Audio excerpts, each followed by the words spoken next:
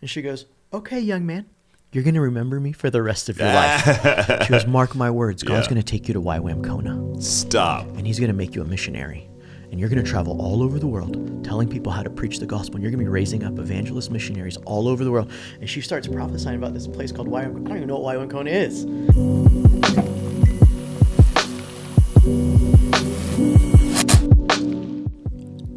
I wish I had like a piano to do this intro. Hey, everybody, it's me. It's Will.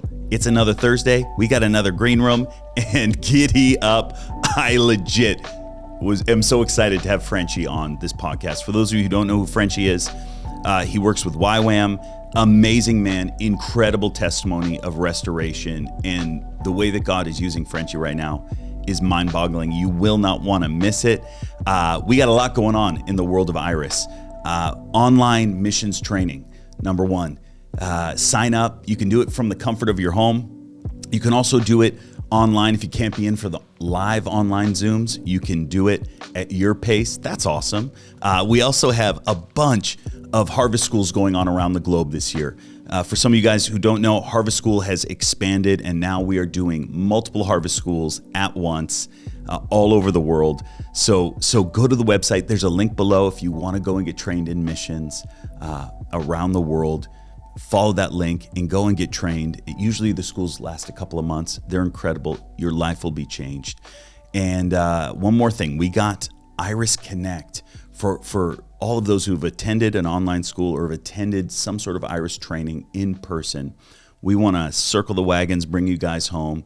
And I got about 10 speakers coming in from around the world for 5-day intensive here in Tennessee.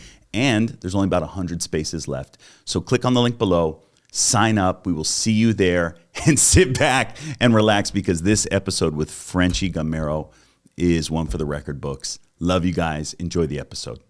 Hey, everybody. Welcome back to another episode of this thing that you watch called The Green Room.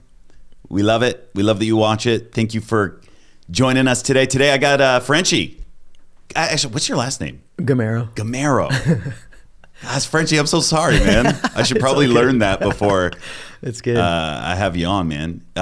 It took a minute to get you, because that's how bad I've wanted to have you on, man. But today's the day, man. We're here.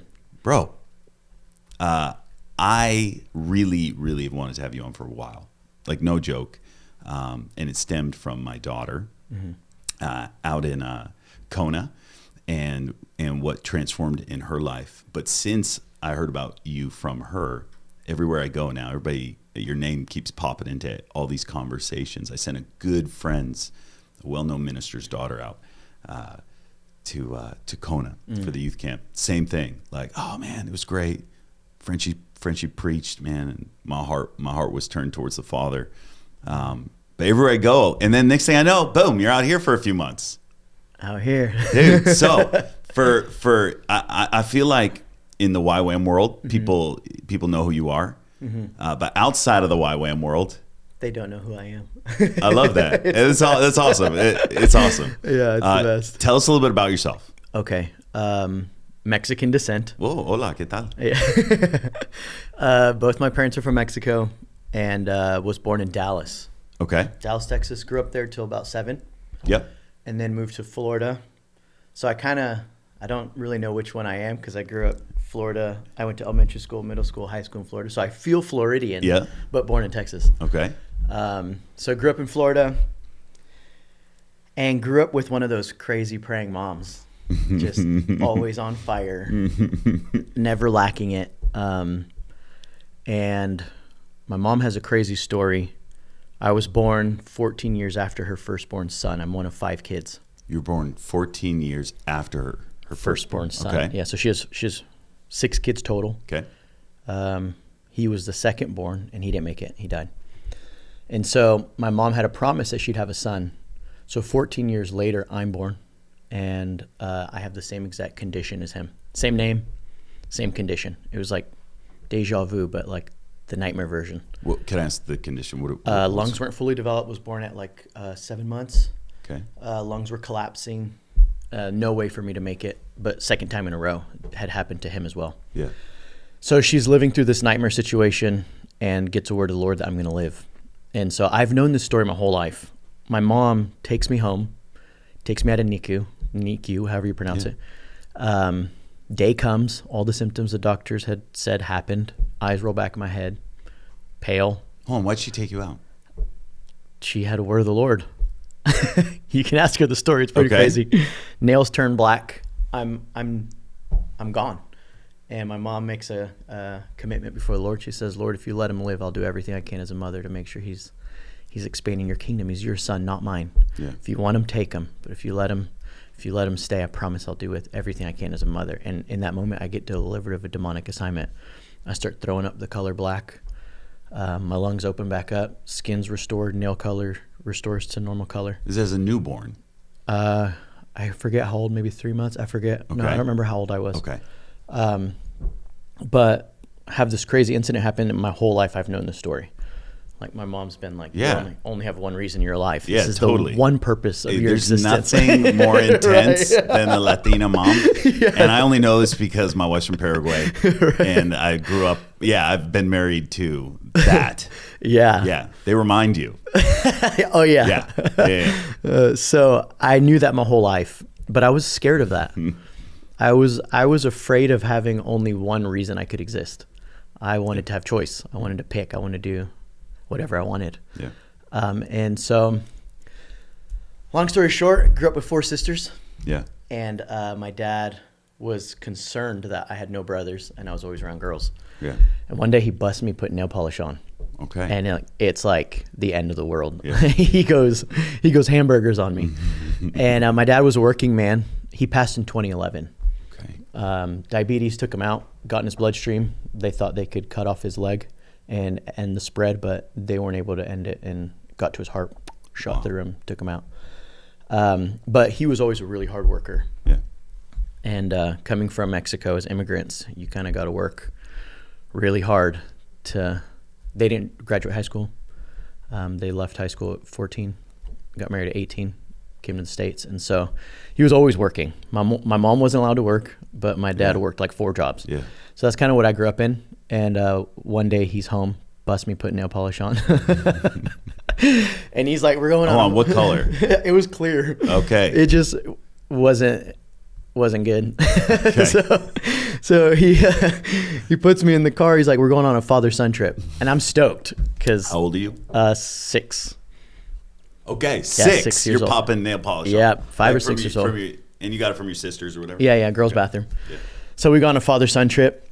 And I go to Mexico where all my cousins are. My dad's one of 10 and my mom's one of 7. Yep. So I've got like infinite cousins. Yep. And go down there and I'm introduced to all my boy cousins. And I'm a sissy kid, like. Can you speak Spanish? No. What? Very broken. Why? I'm a no sabo. That's what they call it. Some words, but you can't actually articulate them well in a sentence. No sabo. Yeah. It's like. I've never heard that before. It's like slogan. And you don't speak Spanish? I do now. Okay. But at the time, no. No. Mm-mm. Well, I got to ask why. I don't want to dwell on this, but why was it your parents wanted to fully integrate into the States? Yeah, did they speak Spanish at home? They both spoke English to us, but spoke Spanish to one another. Okay. So I heard it, but they wanted us to have really good English. Totally get it. Especially back then, it was kind of like you were made fun of if your English wasn't good. Yep. So they were like, no, let's just give them one language. And so go to Mexico, and I wake up and my dad's gone. And I'm like, where's my dad? And my aunt is like, oh, he's going to come back, son. He just had to go take care of some stuff. Don't worry. And I'm there for 3 months. I'm going to school now. I'm forced to learn the language. And the whole time I'm a kid, right? So I'm wondering. Hold on, did your dad just disappear? Yeah, he went back to work. He went back to the States. Yeah, went back to work.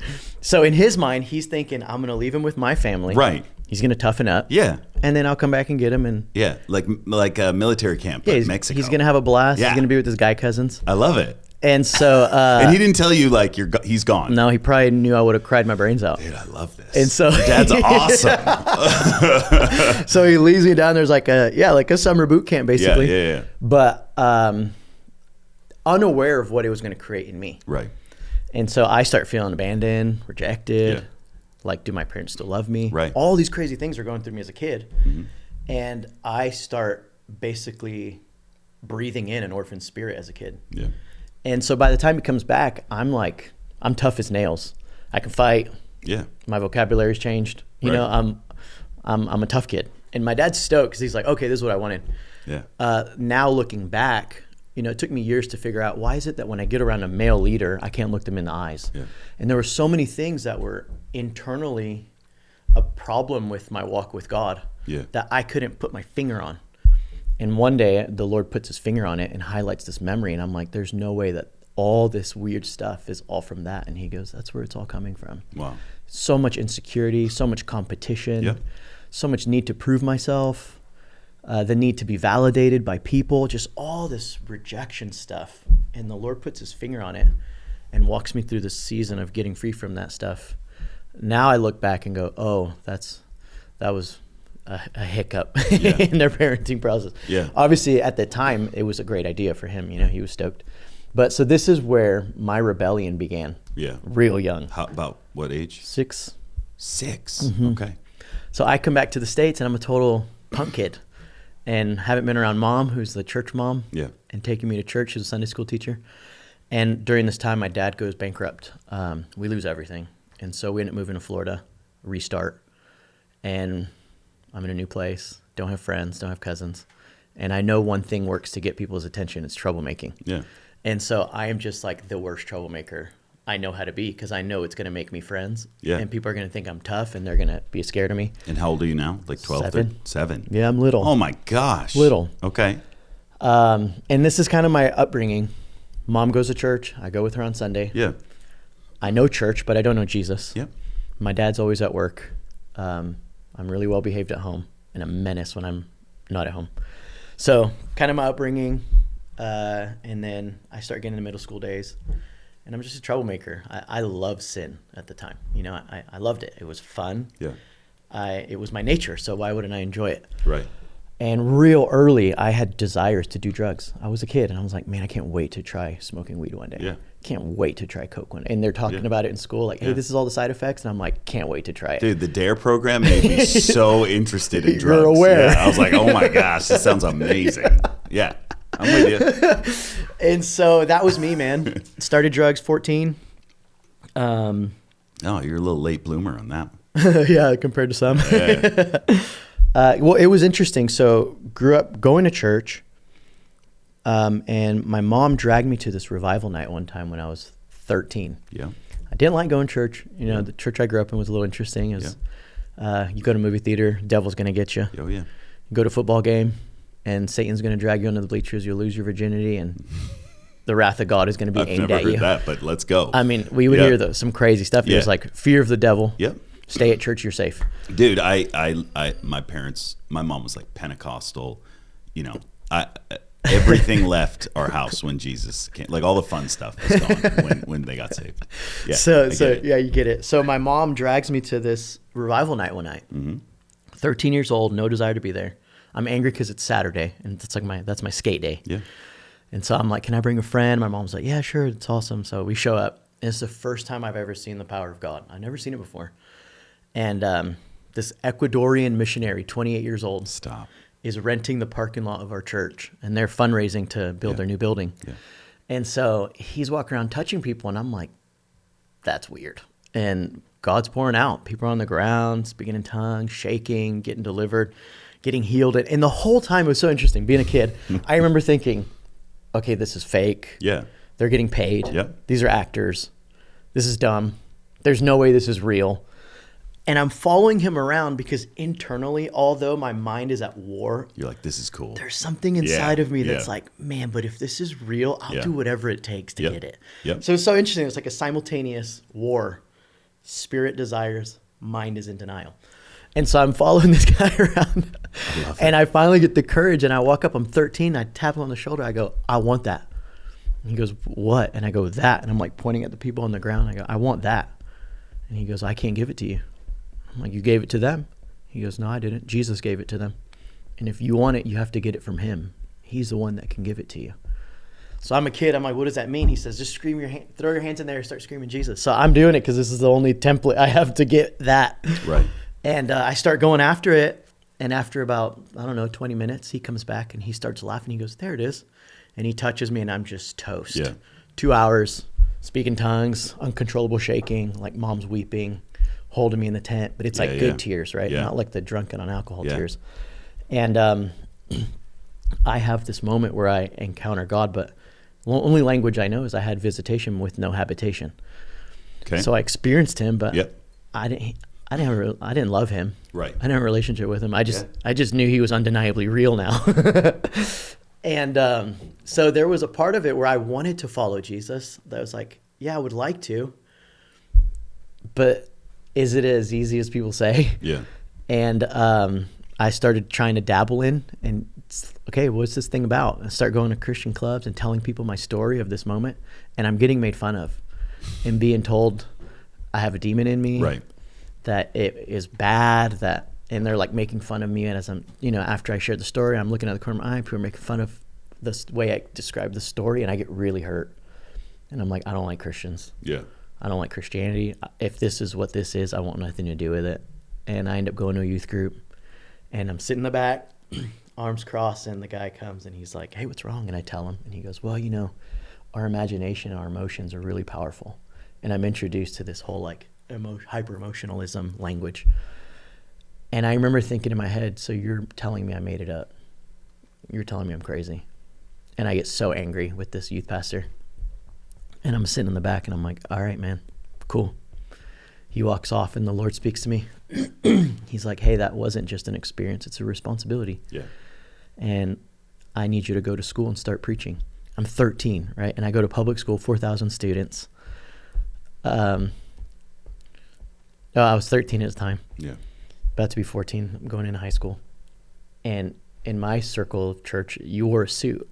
Yeah. We wore shirt and tie, tucked in your shirt. What denomination? I don't know. It's a little Latino church. Yeah. The best. I have no idea. The best. But we wore shirts and ties. Yeah. And I'm thinking in my mind, our pastor was a plumber, and he'd come to our house and do the plumbing in a suit. Stinking and we'd have soccer days, and he would show up and play soccer in a suit. Yeah. So that's the only context I have for what this means. And I'm going, God, you want me to go to my school wearing a suit and carrying a Bible? Like, I'm out, dude. Yeah. There's no way I'm doing that. And I made a conscious decision in that moment as a 14-year-old that I would have nothing to do with Christianity. I would have nothing to do with Jesus. I couldn't deny the encounter, but I didn't want to pay the cost of following. And so that's whenever my desire for, like, it wasn't even a desire anymore. It's now a decision. Like, I'm going to do drugs. Yeah. I'm not a Christian. I'm part of the world. It's time to go for it. So I enter high school, and that's when I just started going for it. And I got addicted to Coke by the time I was 15. So daily use. Got kicked out of high school. How are you paying for this? I had a job. Yeah. And was selling. Yeah. And yeah, my dad actually caught me one time. He busted me with like an ounce of Coke. I was like 16. And he takes it out of my room and puts it in his room. And I remember going in his room and I go, where's it at? He's like, where's what? And I go, where's it at? He said, I don't know what you're talking about. And I just start looking through his drawers, and he just stands there and watches me, and I find it. And he looks at me, he goes, selling or using? I go, selling to use. He goes, you know what you're doing? I go, yeah. He goes, are you sure? I go, yeah. He goes, you have an hour. Go sell all of that. What's it worth? I go, oh, like $1,200. He goes, you have an hour. Bring me the money and prove it. I go, all right. So I leave for an hour and I come back with $1,200, and he starts weeping. And he goes, you know what you're doing? All right. And he's crying. Hold, what? Yeah. What's the thought process? I have no idea. But he's looking at me, he's crying, and he goes, this is my house. Let's set some rules. That stuff doesn't come back into my house. You hear me? My mortgage, my home, my rules. Mm-hmm. You want to make adult decisions? Yeah. You're going to learn to deal with adult consequences. I can't stop you. But you can't bring that into my house. Leave it in your car. So that way when the cops come, they can't blame me. You're the only one to blame because this was your decision. You're going to have to learn to deal with your own consequences. And don't call me when you're arrested. Figure it out. I love it. I said, all right. He was kind of a G. Dude, he sounds like a G. Yeah. People tell me all the time, like, your dad drop is him a off G. in Mexico. Listen, I'm not going to stop you. And- I actually, I know some people might disagree with me, but like, there's something a little beautiful about that. Mm-hmm. I don't know. In my opinion, like, he actually understood a few things. Mm-hmm. Most people try to fight it, push it, you know. But anyway. Totally. He understood, which is what I knew. Yeah. I walked away from that moment. I was like, oh, he knows. Yeah. I was a kid. But I got kicked out of high school for possession and didn't graduate. So I have a GED. And the embarrassment around that, my little sister was a grade under me. She graduated like AP classes, honors. And I'm a dropout. And I think the level of shame and embarrassment around that whole reality, it tormented me. I was like, I'm a loser. Like, I'm going to do nothing in my life. And that's where things started getting really intense. Started using needles, injecting. And so that was life. What were you injecting? Coke. Yeah. It later was meth and then eventually was heroin. I used till I was 26. Wow. Yeah. And so during that time, it was crazy, man. Like, I just loved sin. I was a sinner. I enjoyed it. I rejoiced in my sin. I wasn't ashamed of it. I talked about it openly. I was like, this is who I am. This is what I do. Yeah. Never thought I'd be sober. I thought I'd be a drug addict the rest of my life. But it was so interesting. God's so good, man. Like those years while I was running as fast as I could. The reason I love evangelism so much and preaching the gospel is because evangelists were the seeds that were sown in my heart on my way to the Lord. Right. I didn't get saved in a church. I was a byproduct of evangelists. Yeah. They were at clubs. They were at raves. Yep. They were at bars. Yep. And they were sharing the gospel. And I would say no. All the time I'd be like, nah, man, I'm not interested. Yeah. Sitting in a jail cell. Never forget the guy's face. I got arrested one time, sitting there, and the guy goes, why are you here? I tell him, he goes, that's not the reason you're here. You're here because I had a debt to pay. And I said, Lord, do I pay with money or I pay with time? He said, pay with time, and I'm going to send you someone that needs to hear the gospel. He goes, you're here because God sent you to hear the gospel. Dude unpacks the whole gospel for me. He goes, you ready to give your life to Jesus? I go, no. He goes, all right. He goes, they're going to come let me out now because my assignment's done. He climbs up on the top bunk. They come like 30 minutes later. Stop. Mr. Whatever, you're free to go. He looks back, he goes, told you, bro, and like just walks out. But these moments were happening. It was like I was being haunted by the Holy Spirit. Like he was after me. Yeah. Undeniably, unashamedly, ruthlessly after my heart. He's so good. Everywhere I went. You said you were an addict up until 26 years old. So we're talking like 10 years ago, 11 years ago. Yeah, I've been saved for 10 years. Wow. Okay. 10 years. And so that was kind of my journey. When I was 21, my dad died. And that's where like I spiraled out. And it was so interesting because I knew, I was like, the only way to get through this is going to be through God. But I don't really know him. And I don't really know what that means. But I know it's the only way that I'm able to get through this. So I was 21 years old. I'd go to sit in church on Sunday morning, reeking of whiskey, bag of Coke in my pocket, like totally broken, just left a rave from all night doing Molly. And I'm sitting in church crying during worship, and then I'd leave and go catch happy hour somewhere and get wasted. And it's so interesting because there was like a part of me that knew, I know this is the only way, but every other part of me knew there's no way. It's a lot of kids that grow up in church. I see that battle in them. It's like they know, but they just don't want to cave. It's almost like it is a little like push against parents. Like, I don't want them to be right. Yeah, probably. Yeah, There's a lot of that in there. Totally. But it's really beautiful because I see it all the time. Like with people that kind of grew up around the church, but experienced the presence of the Holy Spirit. Like you can never forget. That's why I love ministering to kids because like, they might run, but they can always look back when the Holy Spirit encountered them. And once that starts, it never goes away. Totally. Yeah. Totally. Yeah. Yeah. So that was my journey. And I actually was at a Benny Hinn conference, lost. We would like get these hotel rooms. We'd go to raves, right? Like till 4 in the morning, 8 in the morning.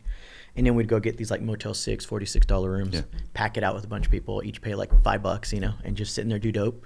We'd be up all night, and Benny Hinn would be on because it'd be like Saturday night, Sunday night, and he would be on TV, and we would just sit there and make fun of it. But I always knew, like, man, but I know that happened to me. So my friends would all be making fun of it and like roasting this dude, and there would always be these moments where as soon as I got like real high, I just like, it was like God using a donkey in scripture. Like I would just start telling people, man, when I was 13, let me tell you what happened. You might be making fun of this, but this happened to me. And always, it would just start coming out because it was in there, you know? Right.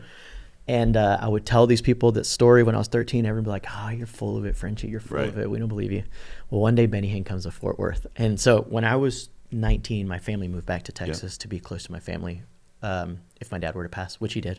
So I lived there from 19 to 26. And that's where, you know, raves became a thing. It was like a huge thing in Dallas culture. And so we'd go to these hotel rooms, and Benny would be on the screen. And one day my buddy hits me up. He says, I think it's where Mercy Culture is now a church. It wasn't Mercy Culture back then, but there was a conference and Benny was going. And so he hits me up, and this dude's like a tattoo artist, junkie. He's like, hey man, you always talk about that thing that happened when you were a kid. Like, I'm going to be honest, like low key, I kind of want that. And I'm like, okay. He's like, that Benny Hinn guy's coming. I got to go see if it's real. I'm like, oh, have fun. He's like, no. Like, let's go. I'm like, bro, no way, dude. I'm not going. No, I know it's real. I'm not trying to mess with that stuff. Like, I was scared. And I'm like, no, dude, I'm not going. And so he starts getting all my other homies involved, and they're all, bro, let's go. We always watch him on TV. Let's go see. And so finally I cave. I'm like, all right, let's go. So we end up going, and I'm sitting in the parking lot. And I'm kind of prepping my friends, like, okay, guys, I'm telling you, this is not a joke. Like, I know you want to go in here, but it's like, it's real. You're like the tour guide, guys, it's going to get funky. And this lady comes in. And we're in the parking lot, and I like crack the window. I'm like, what's up? She's like, you mind if I pray for you? Heavy Southern accent, probably in her 80s, maybe late 70s. The best. And I'm looking at her, and I'm like, yeah, sure. And I'm trying to be cool in front of my friends, so I'm kind of doing like the... you know, like the side smirk, but like trying to be respectful. And she goes, roll it down a little bit more. Long story short, she reaches her hand in the window. She looks me dead in the eyes and she says, you're a miracle baby. Stop. There's a call of God on your life, and you've been running since you were born. And God's calling you home. He says it's time for you to stop running from him and start running to him. He doesn't hate you. He's not angry with you. He's just ready for you to stop using your story for your own glory and for you to let him use it for his. And I look her dead in the eyes, and the rebellion in me starts strengthening. And I go, you could say that to any other person in the parking lot. Right. And she goes, really? I go, 100%. And she goes, okay, young man, you're going to remember me for the rest of your life. She goes, mark my words. God's going to take you to YWAM Kona. Stop. And he's going to make you a missionary. And you're going to travel all over the world telling people how to preach the gospel. And you're going to be raising up evangelist missionaries all over the world. And she starts prophesying about this place called YWAM. I don't even know what YWAM Kona is.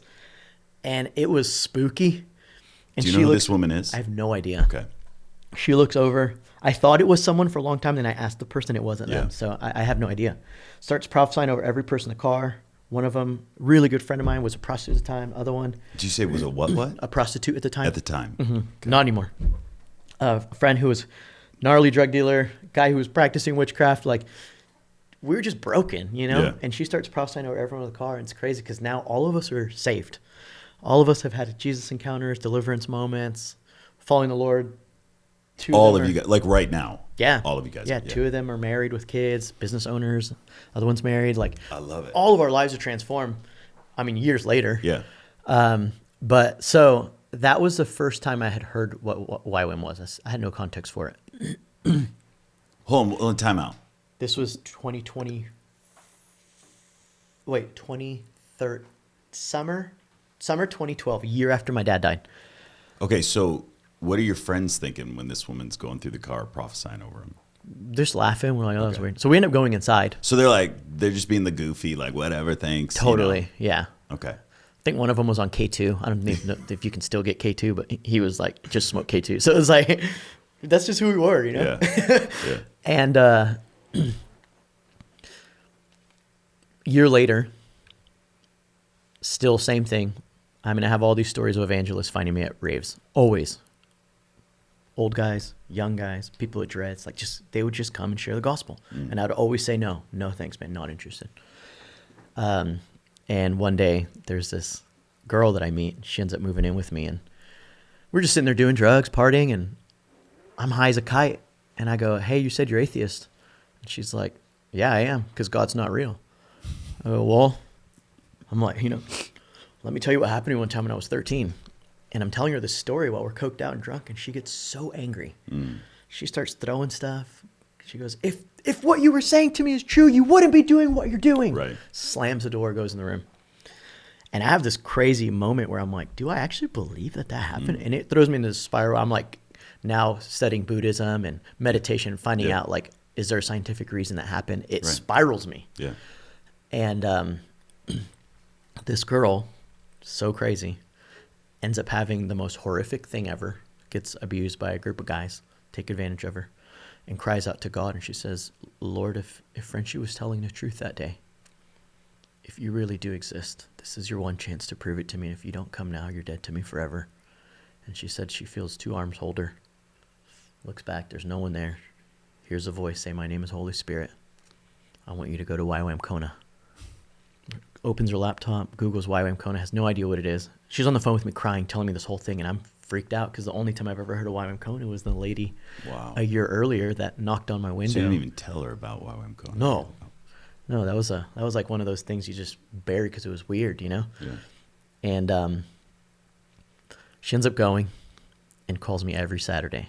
Hey, Frenchie, God told me I can't go into the prayer room today until I call you and told you you already know you're supposed to be here. Stop running from the call of God in your life. And I'm like, please stop calling me. And I'm like strung out on dope. At the time, I was really getting heavy in heroin. And so I just like wanted her to stop calling. How often were you using? Every day. Like multiple times a day, once a day?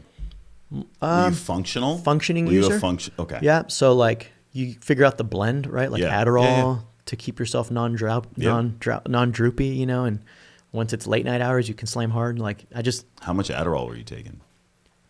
I don't know, not that much. I just need it to keep me awake. Yeah. Probably a 30 a day. Yeah. Break it into pieces or something. I don't know. Wow. But use meth too. I don't know. Just, it's just the world. Yeah. You learn to balance. 2 seconds. This light just switched off. Yeah. I don't want to disturb you, but That's I all also good. wanted to like, yeah. I want you to shine, man. Did it, It's all, we'll keep going. There's no, go out? Yeah, it's all good. It's a thing. Okay. So you're a functional heroin addict. Had a job. Mm-hmm. What were you doing? I worked at a Hilton hotel. Stop. Catering. Are you serious? Yeah. I love it. I had other jobs too, but that was like my main one. And so she calls me every weekend, and long story short, I end up in jail. Kicked out a cop car window. I was at a party with my friends that were in the car that day. Take out a tire iron. We get in a wrong fight. We pick a fight with the crew. Yeah. We're like 10 and they're like 40. And as soon as they start standing up, I'm like, uh-oh, we picked a fight with the wrong crowd. So I run to the car, grab a tire iron, come back. I'm like, all right, let's go. I'm swinging a tire iron. I'm drunk. I got drugs on me. Yeah. Run to the car. I get in. I have all my friends get in. We all get in our cars, throw the car in reverse, try to run over people. They jump out of the way, hit the fence. I'm on film. Had drugs in the dash. They go flying over the car, driving out of the apartments. And cops are there, guns drawn, lights on. Get out of the car. Bend me over, handcuffs, put me in the back seat. The guy that invited me to the Benny Hinn conference is in the back seat with me. Okay. He's like, forget about these cops, bro. Right. I'm like, yeah, forget about these cops. I lay on his lap and kick out the window. I'm sure you said forget about yeah, these cops. Yeah. That's the G Just version. forget about them. Yeah. That's the G version. I love it. And I put the cuffs in front of me. It's Yeah. called flossing. Mm-hmm. Put the cuffs in front of me. I open the door from the outside and I take off running. And this girl's like, he got away. So cops chase me down. They tackle me. I turn around. I'm so angry. I try to kick the cop in the face. Yeah. Miss. Thank God. Thank Otherwise, that would have been a God. crazy case. But when the other cop saw that I tried to kick him, he took out his thing. So I woke up in jail covered in blood, in only underwear. Did he hit you in the head? Mm-hmm. Yeah. So I'm knocked out. Wake up in jail. Dude, those batons are sketchy. You're cold out. Yeah.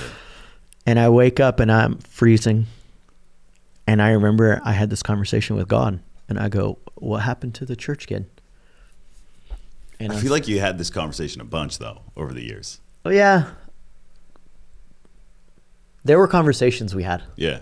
Definitely. Along the way, like retrospectively looking back, what was keeping you from going all in? Like it sounded like, drugs, father dies, more drugs, it sounded like you had a bunch of highs and lows along the way. Mm-hmm.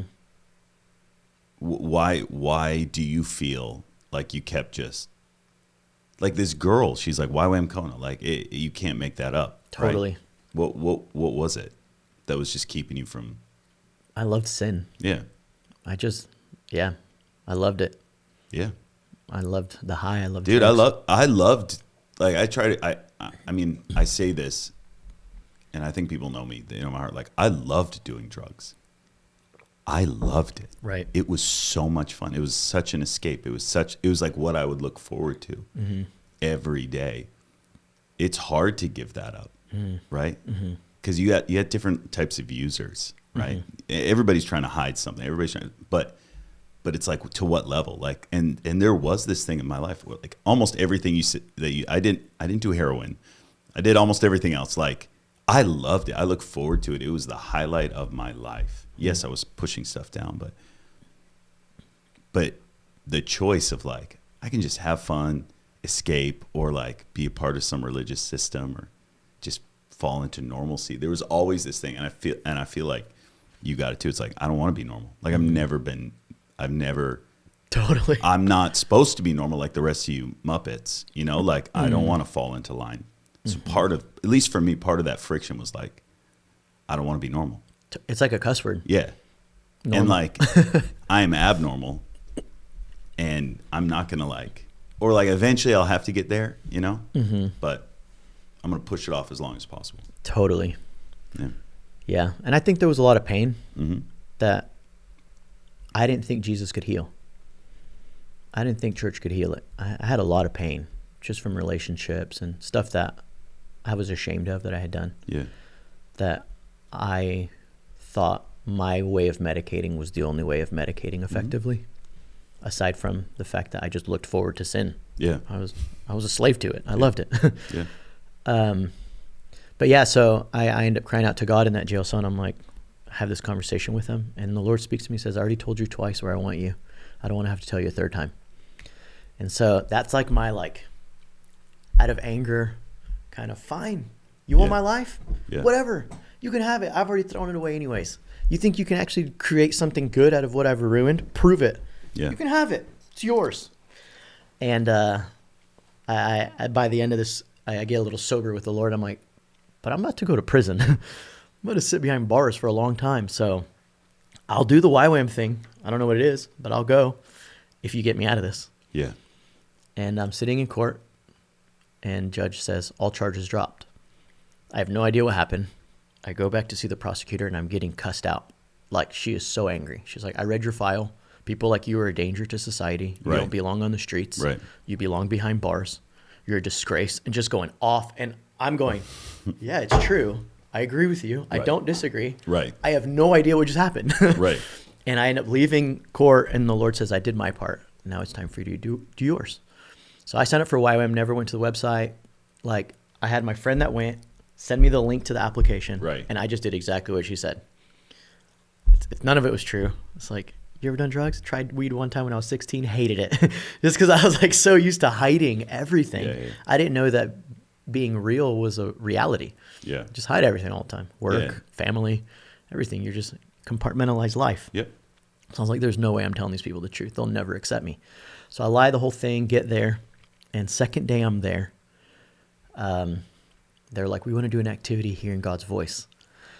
And they're like, do we have a volunteer? I hear people talk about those salvation moments where they just like end up at the altar, their hand shoots up, they don't know what happened.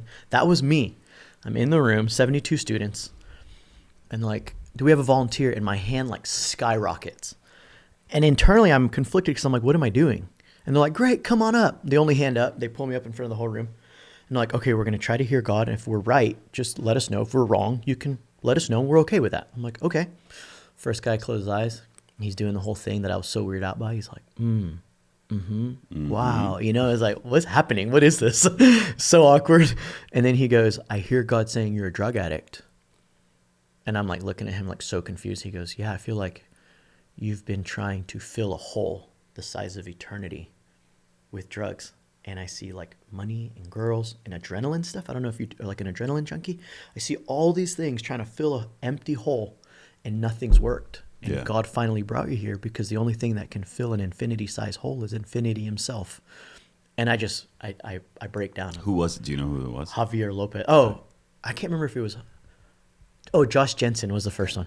So he gives the first word. I'm pretty sure Javi did the second one. And he gives this word, and I'm in tears. And I'm going, there's two things I'm thinking. Yeah. Number one, why did you snitch on me in front of all these homeschool kids? Now, Right. no one's going to want to be my friend. Right? That was like the first thought. Right. And then the second thought was, I feel like I'm in X-Men School of the Mutants. Yeah. Like this is like superpowers. Like this is crazy. It was like, it was just such a foreign thing to me. It was like right in my face. And so next guy starts praying, and my family used to call me the Black Sheep. It was like the joke. And he goes, your nickname is the Black Sheep. And my head just goes down. And he goes, but God said he brought you here because he's going to take you to the water, wash you white as snow. Yeah. And he's going to send you home, and you're going to be a sign and a wonder to your family. And you're not going to be the black sheep. You're going to be the white sheep, white as snow. And everyone will know you're a miracle. And I just I get obliterated. I'm weeping. And they go, do you want to feel the manifest presence of God? I go, what is that? Like, you can feel him sometimes. Like if you feel tingling, maybe a little bit of warmth in your tummy, that's God touching you. And I go, okay. The only thing I can think of is 13 years old. Yeah. I'm like, okay, I want that. Yeah. That was better than the drugs I've done. I just don't know how to get that thing back. And they're like, just put your hands out. And so they start praying. And I remember I had this conversation with God in my heart. And I said, God, I don't want no sissy stuff. Yeah. If you're going to do this, I want the real deal. And all of a sudden, the real deal comes because I start getting delivered in front of everyone. Like, can't breathe. I'm like having my throat closes off. Like, I get bone delivered in front of everyone. I love it. All of a sudden, I come back to. I'm crying, speaking in tongues. I'm going, what in the world is happening? And the Lord just keeps saying, it's all back. Yeah. It's all back. It's all back. I wake up the next day. And it was the most interesting thing. I didn't know I had gotten born again. I didn't know what had happened. I was just like, that was intense. And I go sit down. I'm like crying and putting sunglasses on because I can't stop crying. I'm like, what was that? Wake up the next day, climb down from my top bunk, and I go to my bathroom in our room to look at porn because like I've been doing this since I was like, I don't know, 10. It's like normal, daily routine. And I go to open Pornhub.com. Yeah. And I go to click on it, and I hear a voice say, you never have to do that again. And it wasn't like mean. It wasn't brash. It was just like, hey, it's not part of who you are anymore. And I went, come on. Oh, okay.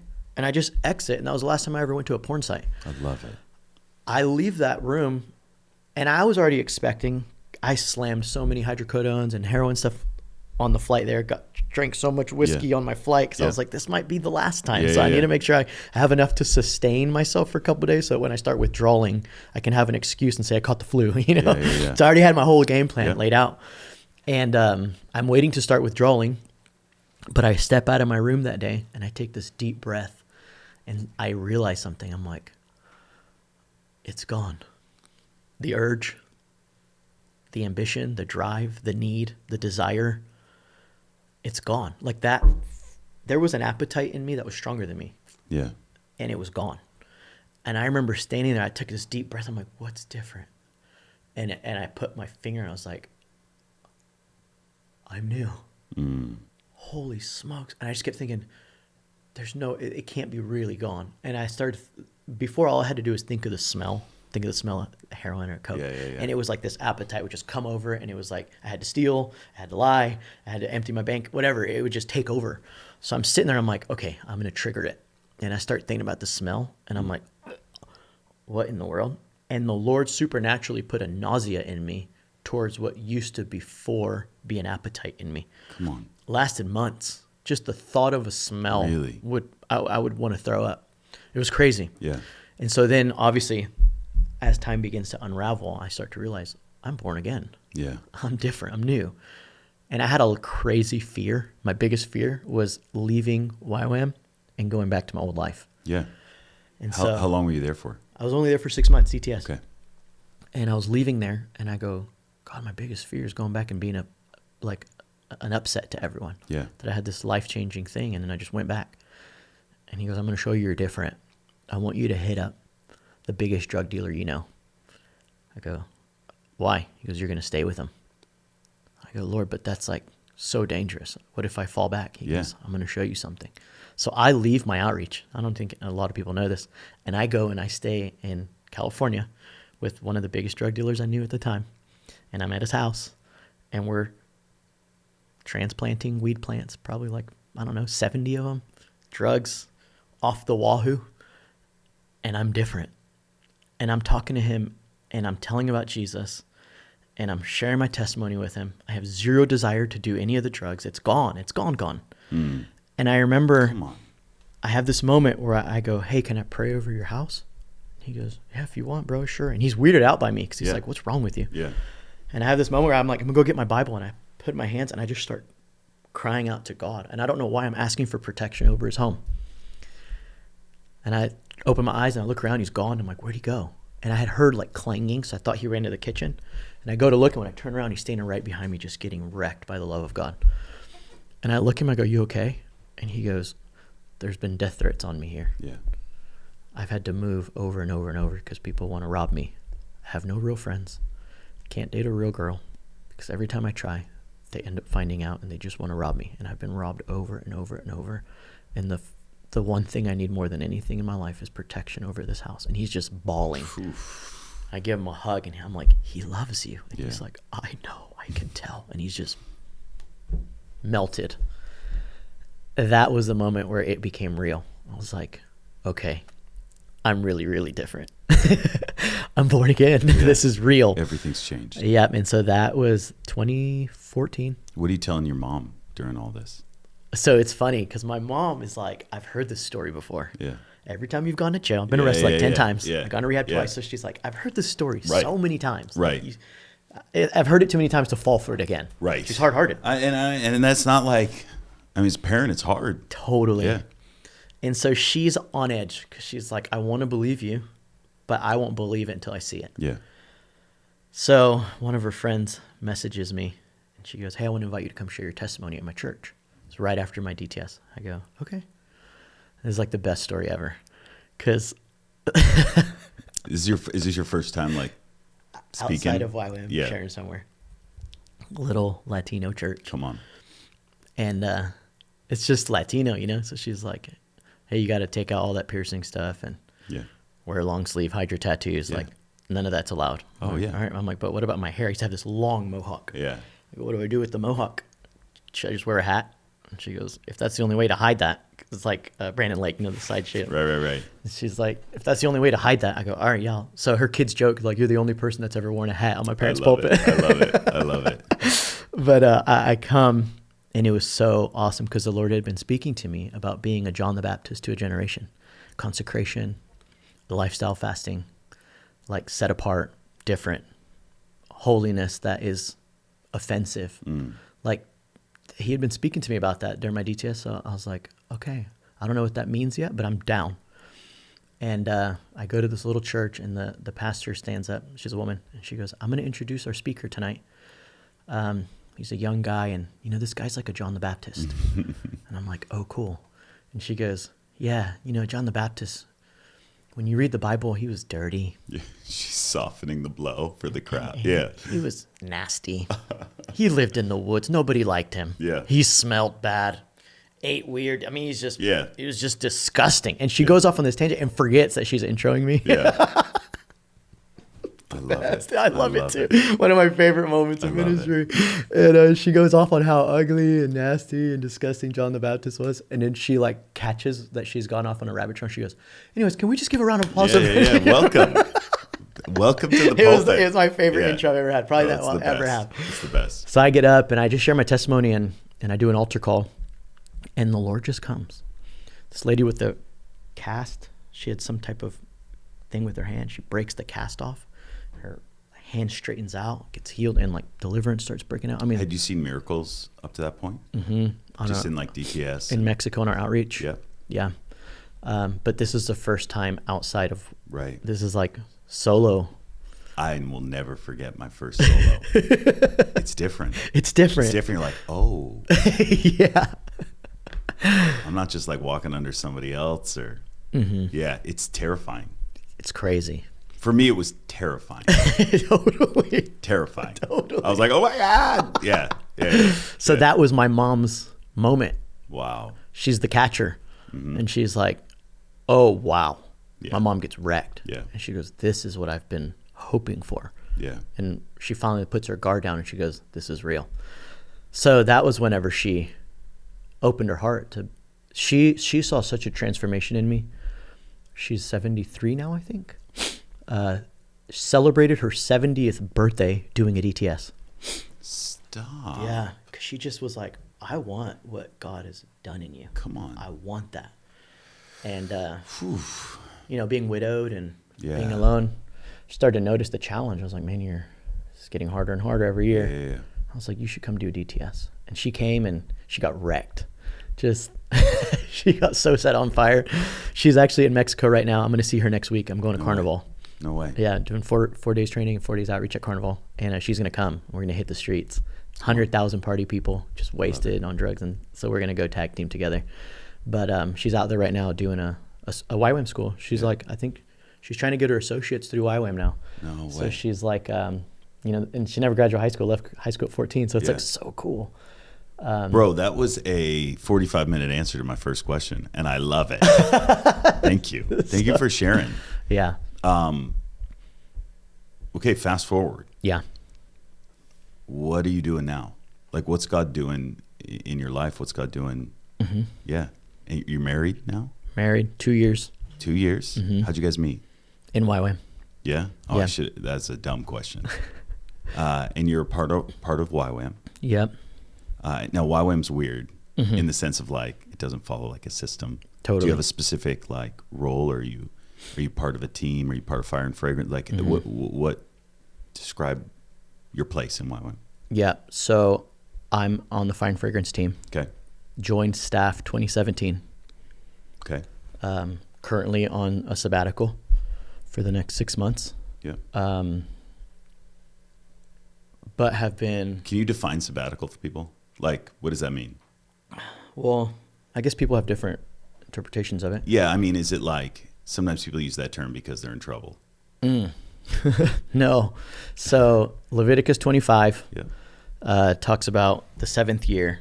Yeah. You grow, this was for Israel. You Yeah. grow crops for 6 years. Yeah. On the 7th year, you don't till the soil, or you Yeah. don't, you hands off, you don't plow the soil. Yeah. You let it sit for a year. You let it regerminate, rejuvenate, get healthy again. And then you plow harvest Yeah. for the next 6 years again until that 7th year strikes again. Do you know Teo Hayashi? It's either 7 or 9 years. I think it's 7. He takes a year off. I've watched him do it twice now. And like the last one he did, he's actually gone out to Kona. I think the last one. He was there with us. That I was with him in Brazil. He went into it right after the send, Brazil. And I'm sitting there. I'm going like, dude, you're taking a year off at like the peak. you're needed. Of the peak of the peak. You just packed 3 stadiums. Totally. Dunamis is like exploding. Mount Zion's exploding. And he's like, I'm taking a year off. And I'm like, I watched him. I came to Kona towards the end of his last sabbatical. And just the wisdom, the maturity, like the multiplication that took place in that time. I love it. Wow. I absolutely love it. Yeah. Good job, man. Thanks. Yeah, he recommended it while I was there. He was like, go Were for you it. ever there when I was out there? When I've been out there? Okay. And do we ever meet? God, I'm the worst. I Forgive me, am man. too. I hope I wasn't like a No, jerk. no. I do it all the time. Okay. I get it. It's a lot of people there. Dude, there's so many. People are like, oh, you're in Kona. Do you know this person? I'm like, I have no idea. They just multiply. Yeah, it's a lot of people. And you go back and there's like all new people. Yep. Yeah. Yeah. Yeah. So I roll with the Fire and Fragrance community. Mhm. Yeah, I've been on staff for 7 years now. Just found out pregnant. Let's go. Ultrasound 2 Giddy days up. ago. So about to be a dad. Giddy up. Looking That's forward to awesome. that.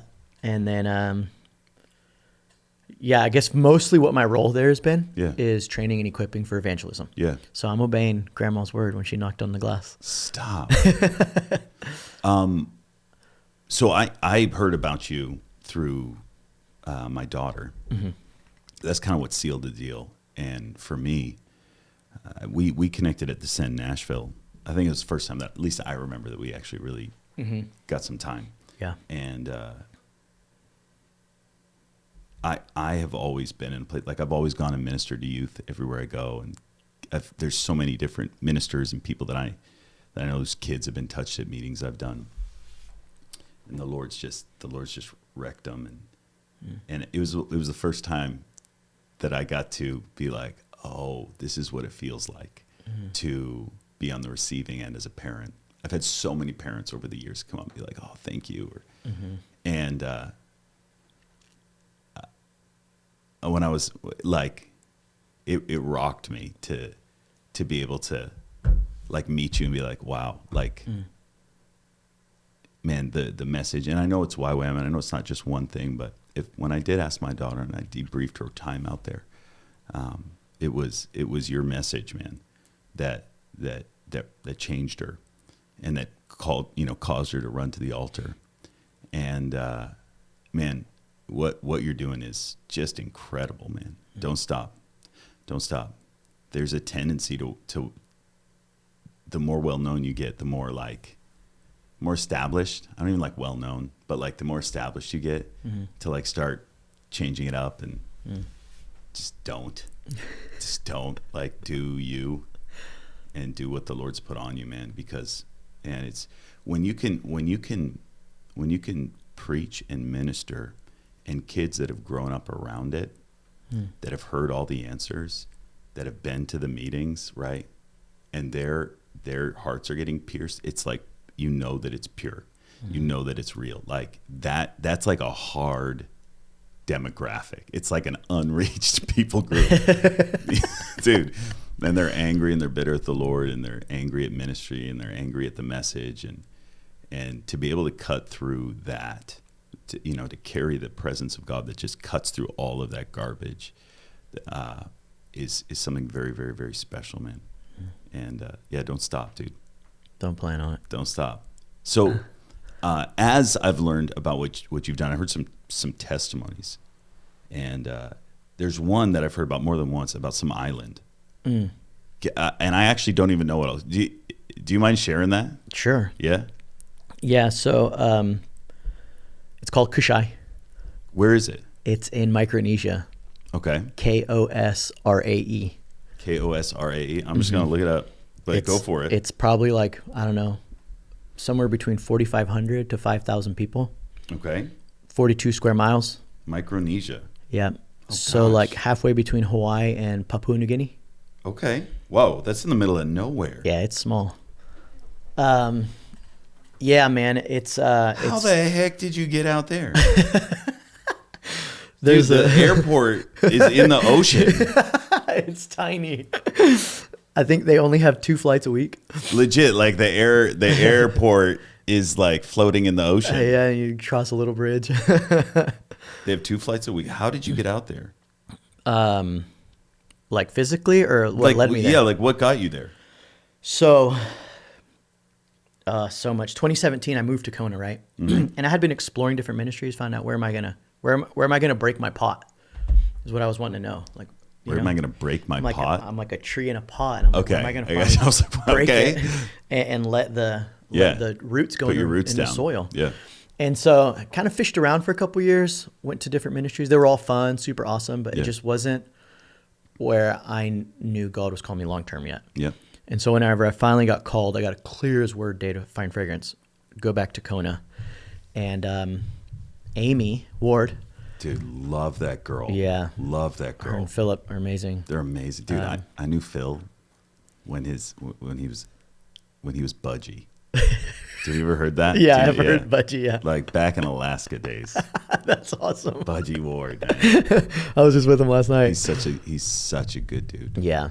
So they basically took me under their wing like 2015. Yeah. And just shout out Phil Ward, man. Yeah, happy birthday, Amy. bro. You're amazing. Amy, love you. You're just the best. Sorry. And they've really been shaping me in the Lord since then. And when I was in Kona and I had first gone there, they were planting that new base, Fine Fragrance with Dunamis, and starting a collaborative DTS with Teo. Yeah. And Amy was like, "Hey, you should pray about going. Yeah. Go, get around those dudes, learn from them, dude." And so I was pumped. I was really looking forward to it. But I was staffing a DTS with no team to lead on an outreach because I was about to go staff a second lecture phase in Brazil. So I had half of the workload of everyone else. Yeah. Meaning I had half of a schedule empty to go do evangelism on the streets. Yeah. Now at the time, I'm a young leader, new in the game, first real commitment to leadership. Mm-hmm. And Joanne Moody comes out. You know Moody? Yeah. She's going to be here like in 2 days. So she lives here. You know that, right? Yeah, yeah. She's a good friend. Yeah, she's amazing. Yeah. So there's this moment where the Lord speaks to me this weird term. And it's like creepy. I'm like, I'm never going to admit this. This is weird. And he says, "You're an apostolic evangelist." I'm like, I'll never say that ever. And that's weird. I'm never going to acknowledge that. Well, Joe gets up on stage. She goes, "Where's Frenchie Gamero?" Calls me out. I stand up. She goes, "God woke me up this morning and said, you needed to know and accept that you're an apostolic evangelist," and just calls me out. I get smoked on the stage. Yeah. I'm under the power of God. Sounds about right. And in that moment, I knew what God was saying. He's like, it's time. Yeah. It's time. So I'm like, okay, let's go for it. So I start going out doing evangelism like almost every day on the streets, like in Kona, just going out. And people were telling me stuff like, "Oh, it's too hard here," or "Everyone knows what YWAM is already." Like, don't go. But I'm seeing complete opposite. I'm seeing people get saved daily. Yeah. Seeing people get hit by the power of God on the streets. Like, there was this funny moment. These dudes get laid out at McDonald's, and cars are trying to drive through the drive-thru, and they can't get in because people are laid out on the ground blocking the drive-thru. Like, that's the kind of stuff we were seeing. Yeah. But this was the interesting part.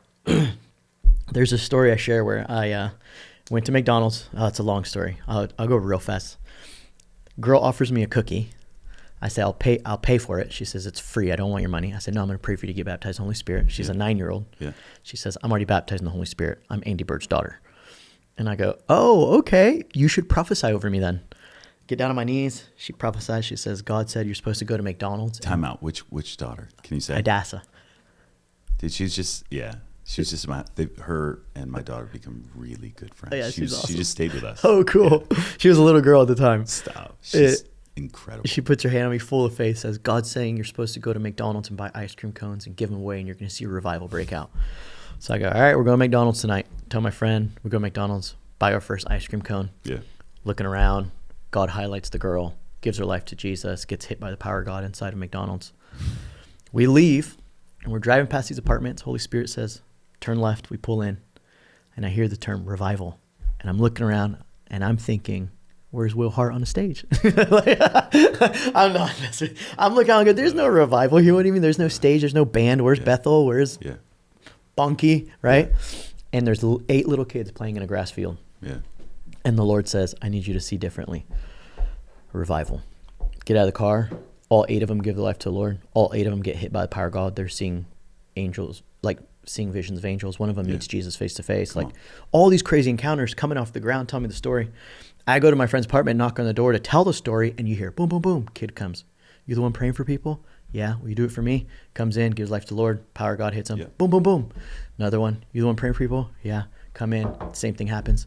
Go outside. 4 more in their 20s all get, born again, laid out in this parking lot. 14 people in one day. Just God's pouring out His Spirit. And I start asking them, "Where are you guys from? Who are you?" And I'm asking them all these questions, and they're all from the same place, Kashai. I'm like, "What in the world is Kashai? I don't even know what Kashai is. I've never heard of that. Is it a country? What is it?"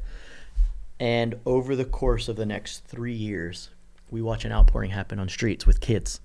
Like, they would bring their friends from school. Yeah. They'd bring like 5 of their friends, and they'd tell their friends, "You got to come experience what God's doing."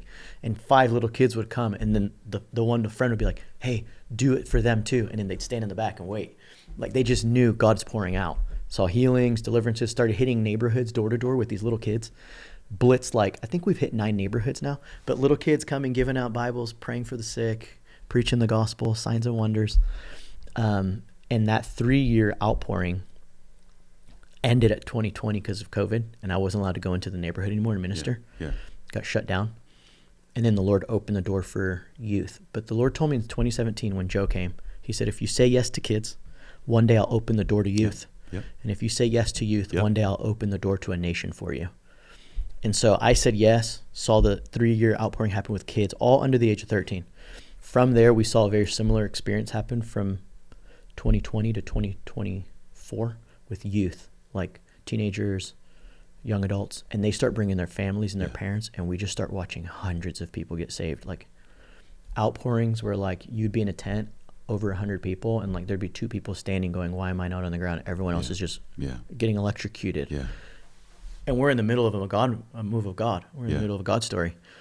And the whole time I just can't stop praying, dreaming of Kashai. I'm like, I have to go. That's the nation. That's where I'm going one day. And so, long story short, last year, my wife staffed a DTS with Brave Love with Shannon, first Brave Love DTS. And Shannon hits me up and she goes, hey, I know we're an all-girls school, but will you lead an outreach for our girls with your wife? And I'm like, only if I can go to one place, Kashai. She goes, done. So she sends a team of girls, and I bring a bunch of the youth we've been working with. So we bring about 30 total of youth. Most of them came at the end, but some of them came for the whole time. So we did a collab. Our youth group's called TNT, Tuesday night training. It was, for those 3.5 years, and then they brought the DTS team. And our goal was to put a Bible in every single house on the island, share the gospel with every single home on the island.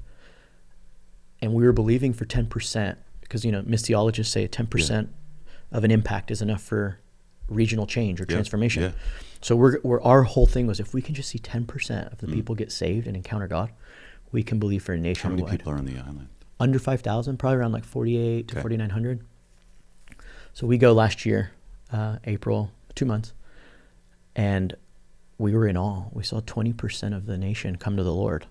I mean, wild miracle stories, paralysis, deaf ears open, like just crazy stuff that God did. And so came back to Kona, and it's like there's all these new ideas in my spirit from the Lord, but it was so overwhelming. I think for me, the hardest part, if I'm really vulnerable with you, please, was the 7 years of outpouring ending. On the streets? Mm-hmm. I can, It feels like a breakup. Dude, the parallels, I'm not trying to make any zero comparison. Like the parallels of your story and glimpses of my story are scary. For me, it was Paraguay. We would walk the streets in Paraguay. I got pictures of kids all spread out in the dirt. Wow. It was a revival that went on for about 3 years. Move of God, nonstop. Angels, encounters, visitations, on the streets, in the parks. And I remember moving back to America, and that ending. It's hard. Dude, I went back to drinking. I had like a dark night of the soul. I know that feeling of like being in it and like seeing God move and then it's stopping. And it's hard. Hard is an understatement. It's so hard. For me also, and I don't know if you've experienced this, it's not just the hard, like, because it's not about you, and you know that, because there's no, at least for me, there was no like cameras, it was just God. It was just me and God in intimacy. Yeah, it's what we have together. And it was like, and it was easy. You didn't have to, it was sovereign. You didn't have to try. No fabricating anything. Dude, I would say 80, I spoke about this last night, 80% of the people, there was a season, that 3 years, 80% of the people I prayed for would get healed. Didn't matter what it was. Wow. 80%. I believe it. I kept track.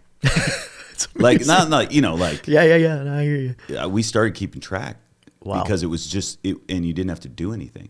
Dude, I remember walking out of church, like whacking some dude, just unfolds, like just not even, like you didn't even have to do anything. It was so, and then stepping out of that, you feel like you've lost everything. And then the Lord takes you into a different season. Mm-hmm. Yeah. Yeah. So that's where I'm at right now. It was really hard for me to navigate. Hold on, time out, Kashai. Yeah. So 20%. Yeah, just under, like almost 19 point something. Did you plant a church? So there's a church that we were working with there. Yeah. And our whole goal is to go back. Yeah. We just don't know what that means yet. So we're currently hearing from the Lord what the follow-up game plan is. It's kind of some of the reason we're here for 6 months. Yeah. What do you feel like the Lord's telling you? We want to plant probably a YWAM base there. Yeah. Strike the surrounding islands. I love it. So Micronesia is part of, there's so much more to it if you pull in Palau and Marshall Islands and everything, but the federal states of Micronesia, the FSM, is Kashai, Chuuk, Pohnpei, and Yap. There's 4 little islands. I think the biggest one is 38,000.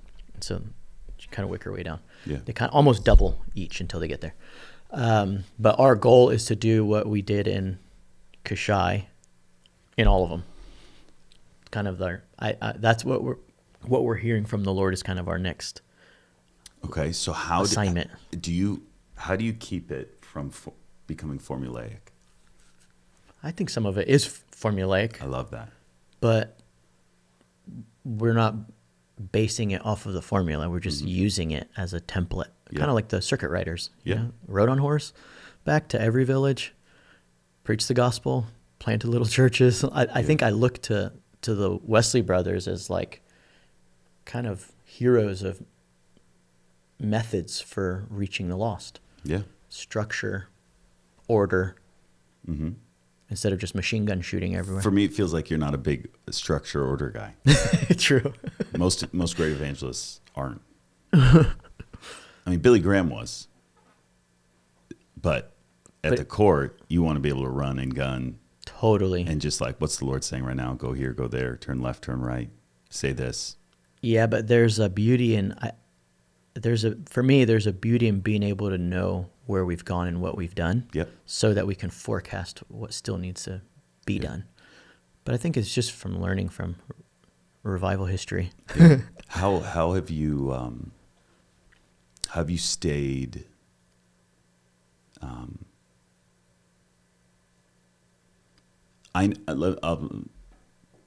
let me say it this way. I know that when God started using me in a big way, favor came, opportunities came. Have you found that that's been happening? Yeah. Open doors, people with money, people pulling on you, come here, do this, come do a podcast. Yeah. Honestly, it was really intimidating to come on here. Stop. Yeah, Really? Come on. Dude, I love that. That brings me so much joy. No, I'm just kidding. I'm totally joking. Why? I think because I've watched Lauren live his life. Lauren Cunningham. You're talking about a G. Yeah. Like he is. And I want that. And I think I've watched him. And sitting under his leadership for all those years before he passed, I'd hear the stories and he'd talk about, I was invited in this magazine, turn it down. Mm-hmm. Invited in this movie. Yeah. Turn it down. Yeah. And he was always turning stuff down because he knew the assignment. Yeah. And it's so cool because I travel all over the world and I'll say, you ever heard of YWAM? Oh, yeah. But I'll say, do you know who Lauren Cunningham is? And people are like, who's Lauren Cunningham? Right. And for me, I'm like, that's the goal. Yeah. That's the goal. I will never forget the first time I saw him speak. I was so pumped. Yeah. Everything's possible. I was like, no. Like, I was like, oh my God, I'm going to hear the founder of YWAM. Yeah. And he got up and spoke, and I was like, what the heck is this? That dude just talked about the Bible. Like, like how to get the Bible out. Like, we all want to get the Bible out, dude. Like, I was like, what is this? And then he prayed, and I was like, okay, at least the prayer is going to be awesome. He was like, Lord, help us get the Bible out. And then I was like, what's happening? What is this? I've heard the stories of like the impact that this man. I was not expecting it. I was not expecting that vessel. I'm so used to the big, the loud, and I hate to even admit that, but like it's true. Like, you know, you're used to like, oh, you know, We I'm going love to it, hear yeah. this guy for the first time. Totally. You know, you're like, I can't wait. Yeah. You know, and I was like, oh, that was like, I think he was wearing like khakis and, you know, black orthopedic Velcro sneakers and dude, it just was not and a what blue I was shirt, expecting. a blue button-up. Yeah. And he was like, if we get this many Bibles in here and then we do this, then God's going to do this. And I remember it. And then I met him personally. Jesus. Dude, that moment, it changed my life. Yeah, he It rocked carries me. Jesus, yeah. It rocked me. Mm-hmm. It rocked me. Childlike faith, like unlike I've ever seen. Yeah, it was beautiful. Yeah. Yeah. What an amazing man. Yeah, incredible. One of my favorite stories was one of the students was at the gate. You know, we have the front gate to get on campus. Oh, yeah. And you have to have an ID to get up. And so Lauren comes up, and she's like, oh, he forgot his ID. She's like, oh, do you have your ID card? And he goes, oh, no, I'm sorry, I forgot it. And she goes, oh, okay, well, I have to call in, and what department are you visiting? Doesn't want to let him in. She has no idea he's Lauren Cunningham. It's so awesome. I love it. So I think, honestly, what you're touching on, I actually went and met with Amy and Philip a couple weeks ago. And I told them, I was like, hey, I'm going to be real honest with you guys. I'm scared to go on that show. And I started crying. And they were like, why? And I was like, I'm just going to be real honest with you. Yeah, go for it. I didn't want to share this, but I started crying. I was like, I'm scared of a lot of Christians. Mm-hmm. Unfortunately. I'm scared of the famous side of it. Yeah. I've seen friends get attacked and eaten alive. And Yeah. I used to joke about it first. Yeah. You know, I'd see the pictures and be like, oh, yeah, I can't wait to make it onto one of those. Mm-hmm. And, you know, people would comment and be like, oh, yeah, I'll race you to the top. You know, the wolf posters. And now that it's becoming closer and closer, it's actually really scary. Yeah. And I wrestle with it. I would rather be unknown and hidden. Yeah. That's like the real side of So me. why'd you come? I was excited about connecting with you. You didn't have to do this to connect. Yeah, there was that moment where we were at the Send, Yeah. and you came up and I asked you, why did you do that? And you looked me in the eyes, and when you were speaking, the Lord spoke. And he said, I just knit your stories together. And so I know that this is important. Bro, we didn't have to do this. Like, Yeah, no but- joke. Like, we didn't have to do this. Yeah, We've but- been talking on the phone, Yeah, but this is awesome.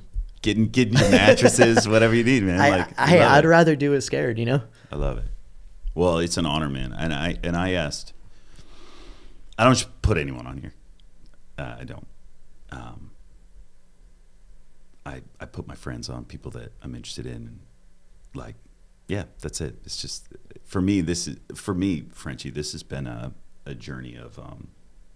The Lord told me to do this about 7-8 years ago when I was at Global Awakening. That's actually longer than that, maybe 10 years ago. I was at Global Awakening, and just put my friends on. And I don't care. Like, I don't care if there's 1 million views. I really don't. I mean, of course, I love something growing. I love the impact. Mm-hmm. But I just think that there's stories that really need to get told. And I'm sick. I just don't enjoy the fabricated. I don't enjoy the come, like, let me pitch this thing.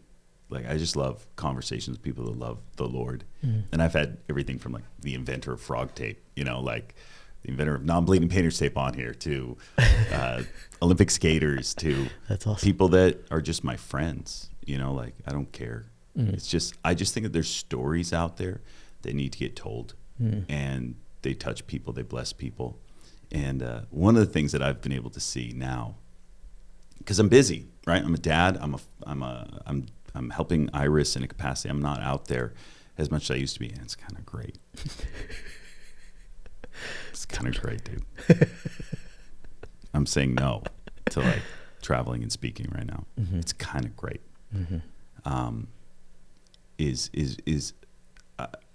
I get to see stories go out.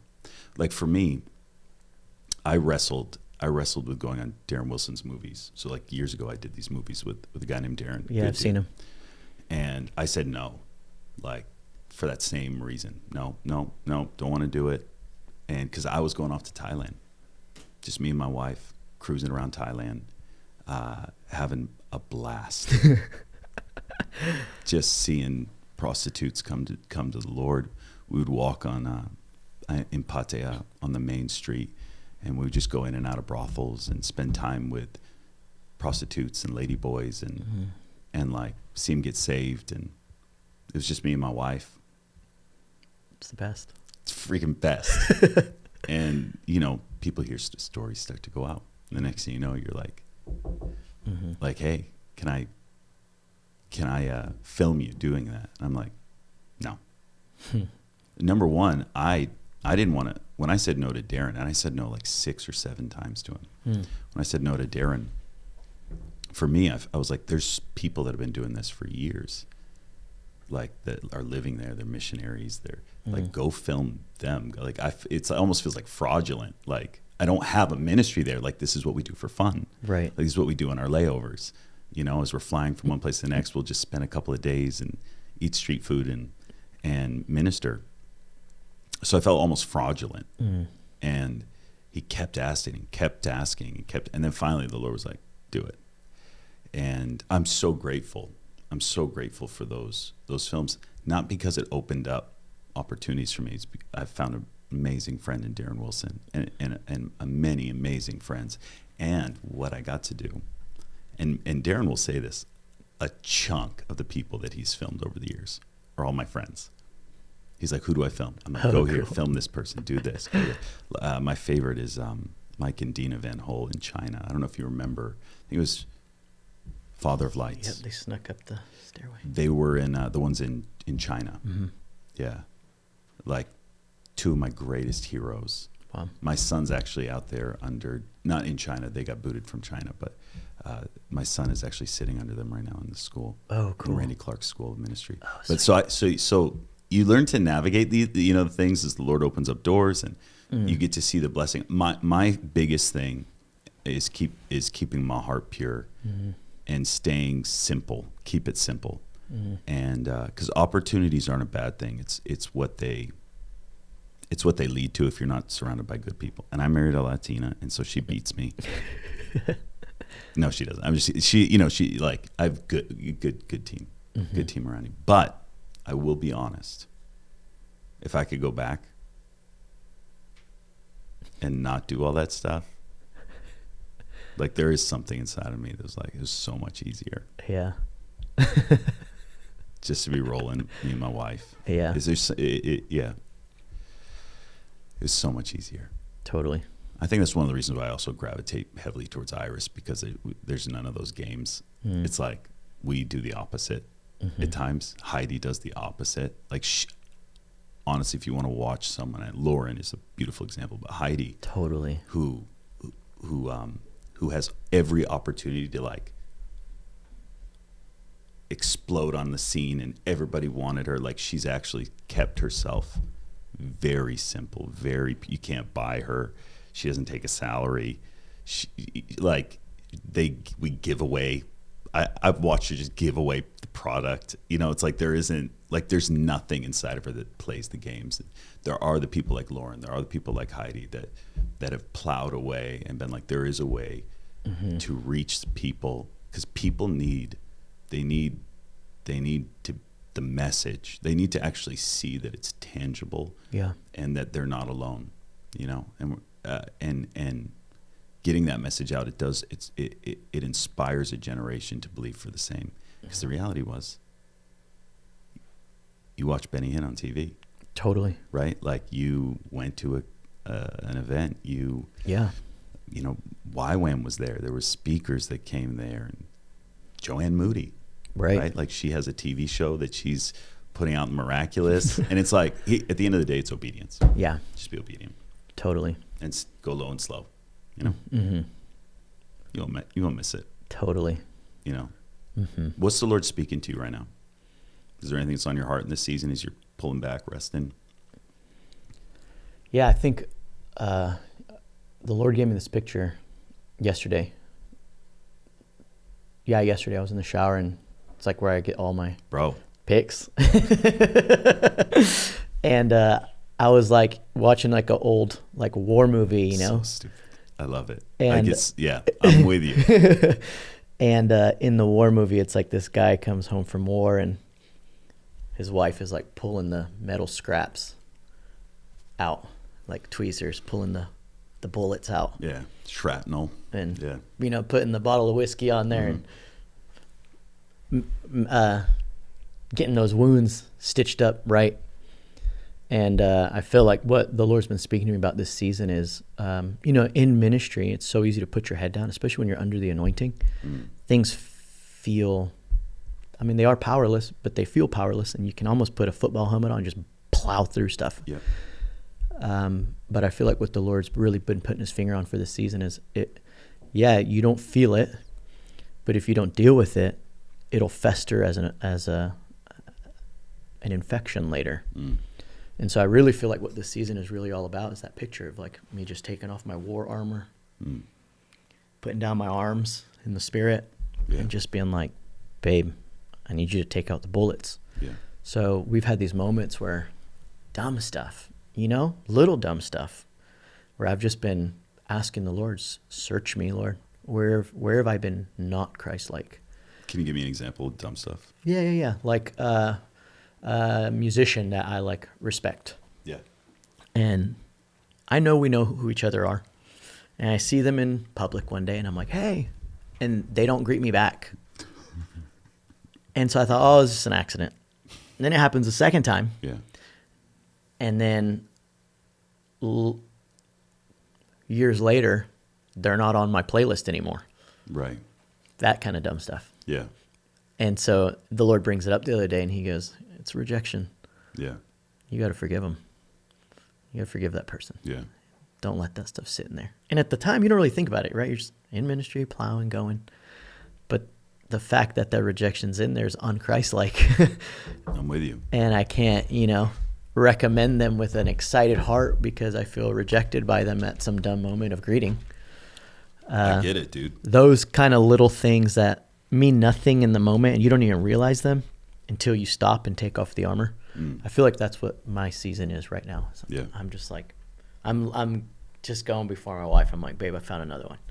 And she's just taking the tweezers and pulling out all the pieces of scrap metal, you know? Yeah. So it's really good. It's actually really beautiful and intimate and deep. And it's given me an opportunity to revisit the last years that I've had in the Lord and really get my heart right before the next sprint. Yeah. I was reading Genesis. I heard somebody else mention this. I forget who it was, but I dug into it this last season. And it's Joseph. He's in prison, and he interprets the dreams for the baker and the cupbearer. He says when all goes well with you, remember me and show me kindness, mention me to Pharaoh and get me out of this prison, right? And then the guy doesn't. Yeah. And it says, the chief cupbearer, however, did not remember Joseph. He forgot him. And, dude, that hit me. Like, sometimes we have these, I know, I experience this in ministry. Like, it's a nasty thing at times, but it's beautiful. Like, I love it. I wouldn't trade it. I've grown so much, but, like, you get around people that the green room crowd, right? And they're one way there and then they're another way someplace else. And you'll meet people where you're actually the one that they're saying like, hey, you didn't greet me. Totally. Thought about that today. Bro. Totally. I've done that a lot. Oh, I have so many people that are like, hey, you used to, I'll get messages. And one of the things that I've had to wrestle with is how I used to judge all of these people. Like I used to be like, oh, they don't have time for me anymore. And get like, actually, sometimes they don't.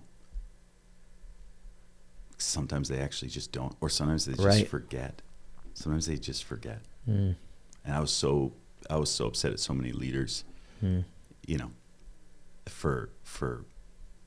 I put more into the relationship, or I put more into the moment, and I like, this hit me like, sometimes they just forget. They're not mean. They're not bad. Totally. Sometimes like And actually, it's God.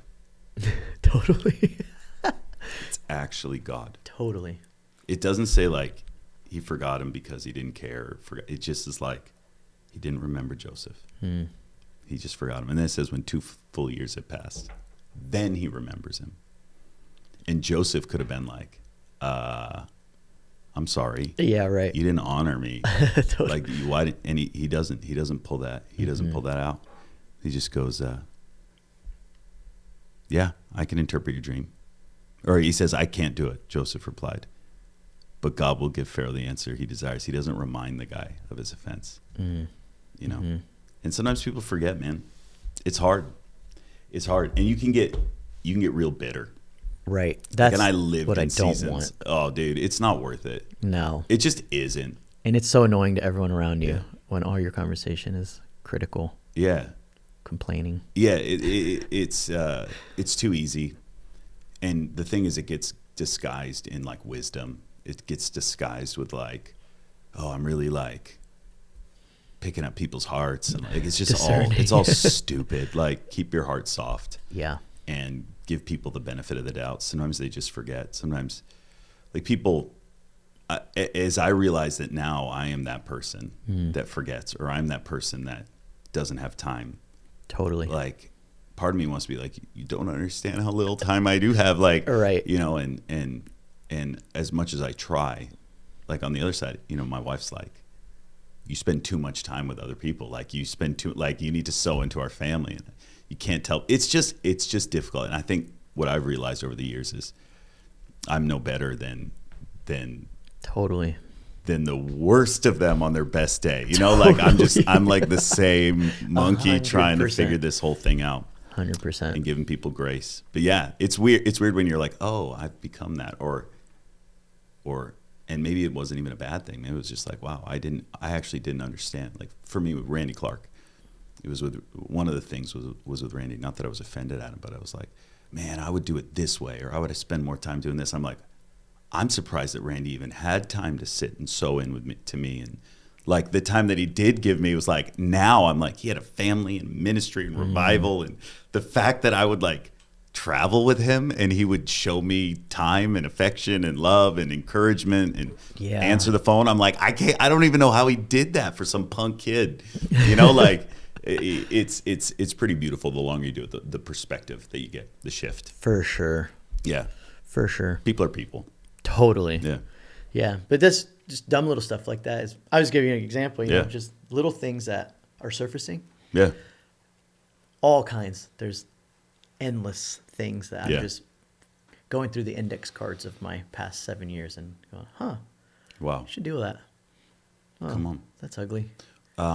What as you're out and traveling and ministering, and I know this season you're taking it low and slow. I love that.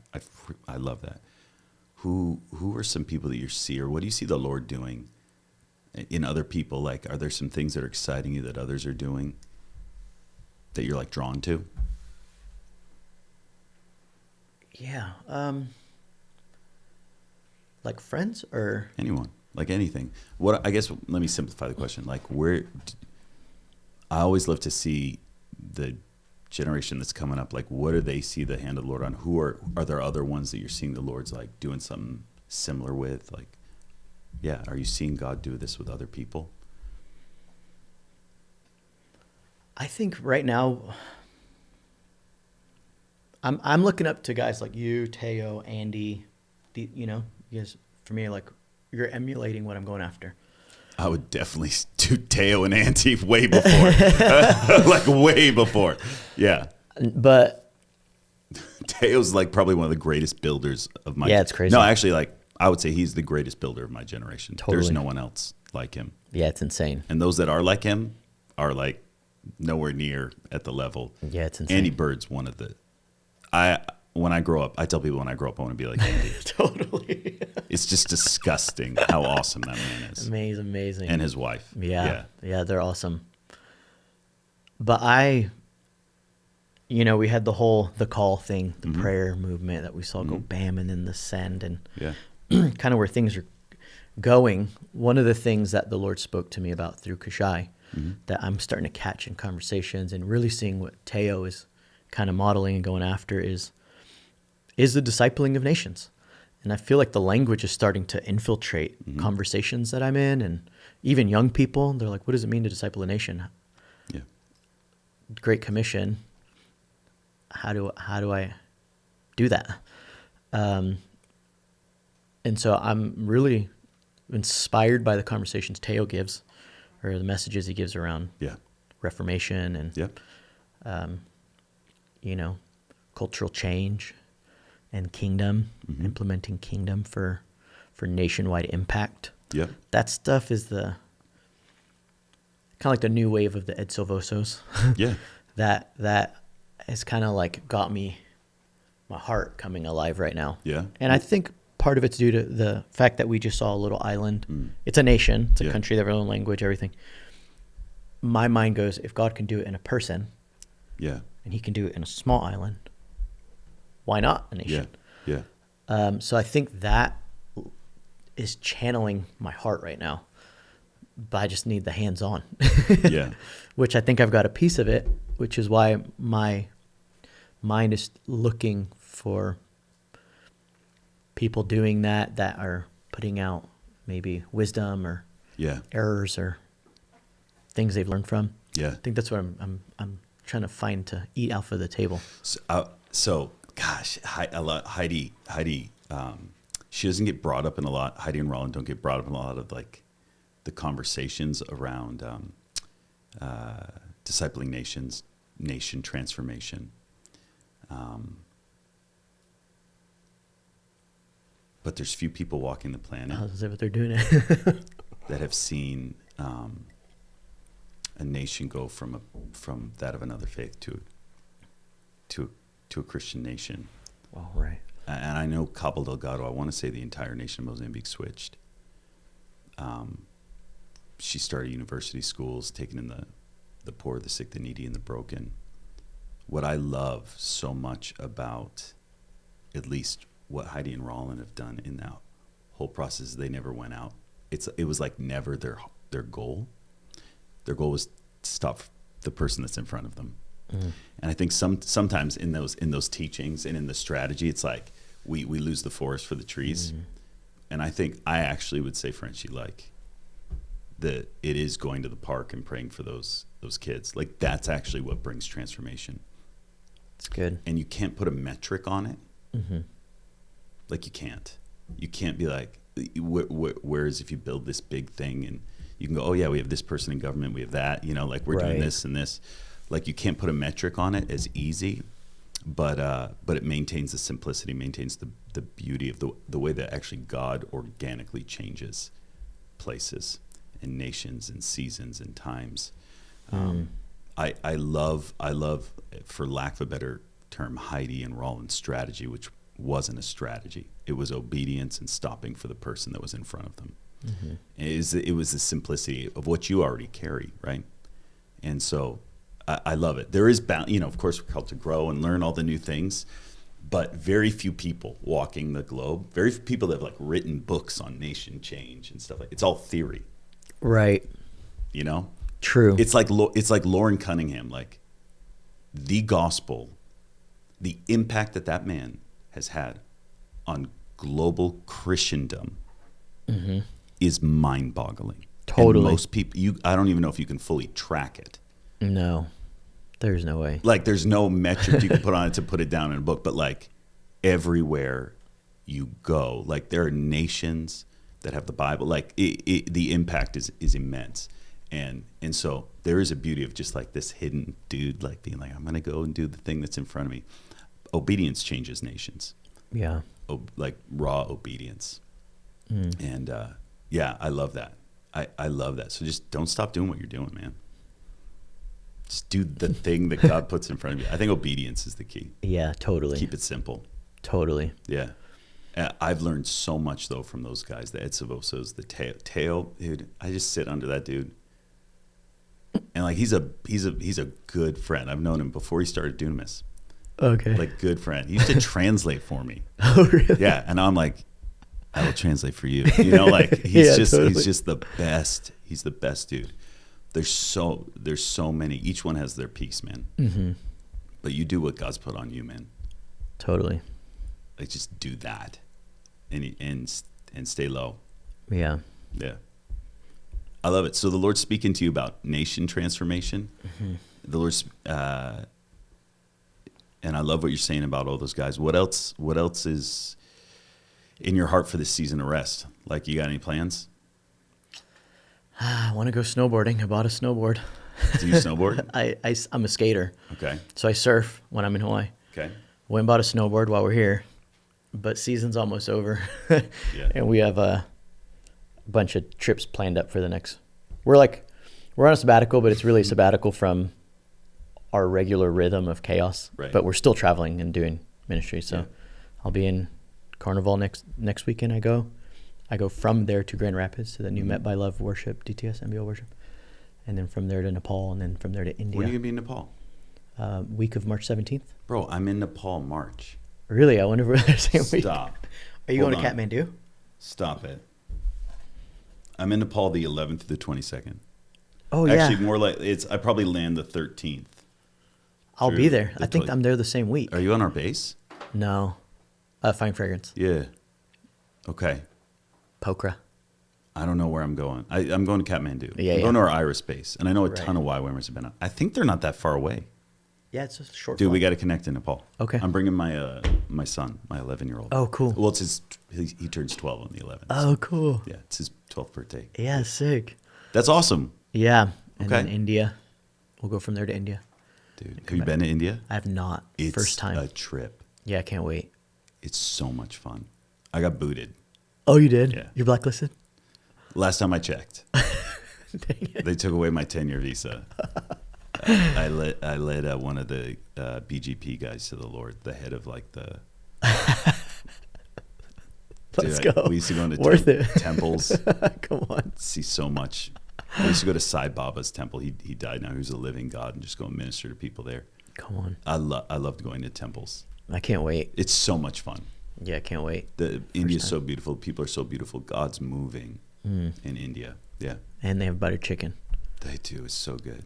That'll be in heaven Dude, I got for sure. so sick in India. Oh, no. I lost 15 pounds in 5 days. I thought I was going to You die. get I was, like, Giardia? I was like hallucinating in my room for days. Giardia? I don't know what I do know I got malaria and CMV at the same time. At least that's what I tested positive for when I got back to the States. But I saw like for 2 days just passed out hallucinating in my room. Yeah. You just wake up like in the shower like cold. Like, how long have I been here? Is it an hour? Is it 10 hours? No. Yeah. I got that in Nepal, but I got Giardia. It's no fun. It's intense. Yeah. It's the worst. It is the worst. Tell me about your wife. How'd you guys meet?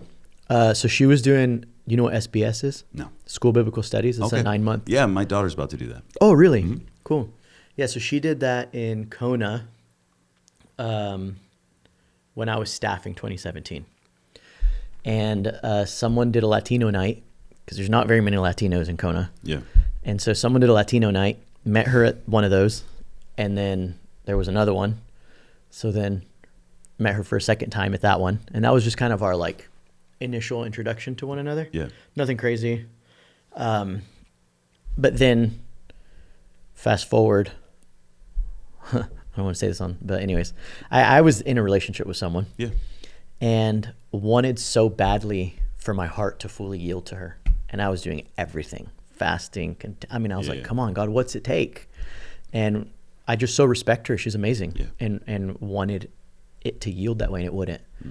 And so finally Christoph, I don't know if you know him, Ulysses was. I've been diving with him. Oh, really? Yeah, he's a good dude. Yeah, he raised me up in the evangelist lane. And so still mentors me a ton, but it's like a brother. He's my best man at my wedding. He's awesome. He's a good dude. Yeah. And he told me, he's like, have you gotten a word of the Lord? And I was like, no. He's like, well, bro, if you get a word of the Lord, it doesn't matter if the feeling's there or not, you're obeying. But if he says it's not it, then you got to obey. And I'm like, all right. So I go get a word of the Lord, and I go and I'm praying and asking the Lord for something. And I have a dream, and in the dream, I'm marrying someone else. And I leave the altar, to go find this girl I'm dating, and she's in the last room in this hallway. I get to the room. I'm like, what are you doing? She has the biggest smile on her face, and the audible voice of God visits me in my sleep and says, that's not your wife. And I wake up trembling in the fear of the Lord. And I knew in that moment I'm dating someone else's future wife. And it was like fear of the Lord. Like I was like trembling in the fear of the Lord. And I was like, oh no, I have to break up with this girl. So fast forward, things happen. And I'm like, man, Lord, I don't really know this girl like that. She's kind of a stranger. I've met her twice. This is my wife. Are you sure? I need real clarity before I reach out. Lord visits me in another dream, confirms it. So now I'm like, okay, I have a double confirmation from the Lord, but don't really know this girl. What do I do? And the Lord said, you're going to wait this amount of time. Kind of gave me like a clear schedule. You're going to wait this long to reach out. And then you're going to reach out. You're going to be your friend for this long. Don't try to cross the line in that time. From there, you'll pursue her heart. You'll date, It gives me kind of this rundown. And I reach out, and I'm kind of following the rules, but my heart is giving in. And I start crossing the line sooner than I should. And she rejects the life out of me. And I'm like, that's a good girl there. This is a nightmare. Yeah. And it happens for almost 2 years, I think. Yeah. Long time. Just maybe a year. I don't remember how long it was now. I lost track of time. But 3 hard rejections. Like, no, never going to happen. And so I finally walk away from the whole situation. And about a month later, I get a call from her, and I'm like, I'm not answering that call. I'm all hard-hearted. Yeah. And the Lord says, pick up. I pick up. She's weeping. And she goes, I just had an encounter with the Lord. I went to a random church just to visit. Some woman comes up to me and says, I have a word for you. And she puts her hand on me and says, you know your husband. And the fire of God comes over me. And you're right in my head, right in my heart, couldn't escape it. And the Lord said, this is your husband. Come on. And so she said, feel like I'm in an arranged marriage. It feels a little unfair, but I trust God. Yeah. And so if he's the one orchestrating it, I trust him enough to do whatever it takes to take the next step. But I just want you to know I'm not where you're at. Yeah. So you got to go slow. I was like, all right. And so we spoke for a while. She was living in Australia and ended up going back to South Africa. Her parents are YWAM missionaries with YWAM Muizenberg in South Africa. No way. Yeah, they're awesome. Yeah. Dad works at the prison, just super epic family. And she goes back home to South Africa, and I asked to come visit. So her parents are like, tell him to stay in the guest house. So I go stay a month, and I'm there for 3 weeks, and she's not biting the bait. I'm like, this is a nightmare. What am I doing here? I'm in Africa right now. Yeah. And Shannon Castile gave me a word right before leaving. I just asked for prayer. I was like, guys, just pray for me. Like, I just want to know that I'm not being crazy. I'm obeying God. And she gets in my face, and she goes, I heard the Lord say, January 21st, there needs to be a decision made. If there's no decision made by that day, you retract and you retreat and you never look back. I go, all right. So I'm there. Nothing's landing. She's not into it. And I go to pack my bags. I'm like, hey, I'm out of here. This isn't it. I leave, and about 2 days later, she hits me up. She's like, we need to talk. And I'm at this point, I'm like, I can't do this anymore. It's been a long time. Yeah. And I go meet up with her. And long story short, I'm angry. And we're at this cafe. And I go, look, the only way this is really going to go anywhere is if right now you say yes to being my girlfriend. Otherwise, I'm done. Yeah. And she's like, fine. And I'm like sitting across from the table, and I didn't click. And I'm like, wait, yeah? She's like, yeah. I'm like, no. And she goes, yeah. And I'm like, no, wait. I'm like freaking out, right? So I go and I'm about to celebrate, and I realize, wait, I haven't talked to your dad. I can't. Yeah, you got to get that permission. Yeah, I can't do this. She's Latina? This is bad. What kind of Latina? What? Salvadorian. Yes. So dude, you got to ask Pops. I'm like, whoa, wait. We are not dating. Yeah. There's no way. Yeah. I go, I have to talk to your dad. So next day I wake up, I go tell him, hey, can we talk? And I kind of explain everything. He goes, let me get my wife. I'm like, all right, we go sit out front. And he goes, is this what she wants? I go, you want to ask her? He goes, go get her. So I go get her. Comes out. He looks at her and goes, is this what you want? And she goes, yeah, this is what I want. And then he goes, let us pray for you guys. Like, let's kind of inaugurate this moment. You know, they come around us, they start prophesying and praying over us. And the Lord goes, look at your watch. And when I look, it was January 21st. Stop. Yeah. So dude, I love crazy. it. I love it, man. Frenchie, we could sit here and talk for hours, man. But dude, we've gone like 2 hours. Wow. Almost. Yeah. We'll throw up a picture. Can you send a picture of you and your wife? Yeah. On your wedding day or wherever? Yeah. We'll throw that up so you guys get to see his stunning wife. And you're about to be a dad. Well, you got some time. Yeah. But that's exciting, man. It's so exciting. It's the best thing. Frenchie, can I ask you to do something? Yeah. Is that okay? Mm-hmm. I've never done like a gospel presentation on my podcast or like salvation but I feel like this is going to get shared and passed around, man. And you don't need to do anything in particular, but would you just close us out, man, and just lead people? Yeah. If they're those who are looking for direction to the Lord, man, will you just talk to them for a minute? Totally. Is that okay? We'll look right down the barrel. Which one am I looking at? Middle? Yeah. This guy? Either one? This one? We'll do this guy. Okay. Yeah. Well, look, I'm about to have a baby, and I'm freaking out because I want the baby to look more like my wife than me. But the reality is if I look at that baby and it looks like me, I'm going to go crazy. My eyes, my ears, my lips, my hair, something in me is about to explode in a way I've never known. The Bible says that we're created in the image of God, meaning you have ears, you have eyes, you have lips, hair, smile that looks like him because you're created in his image and you're created to be his child.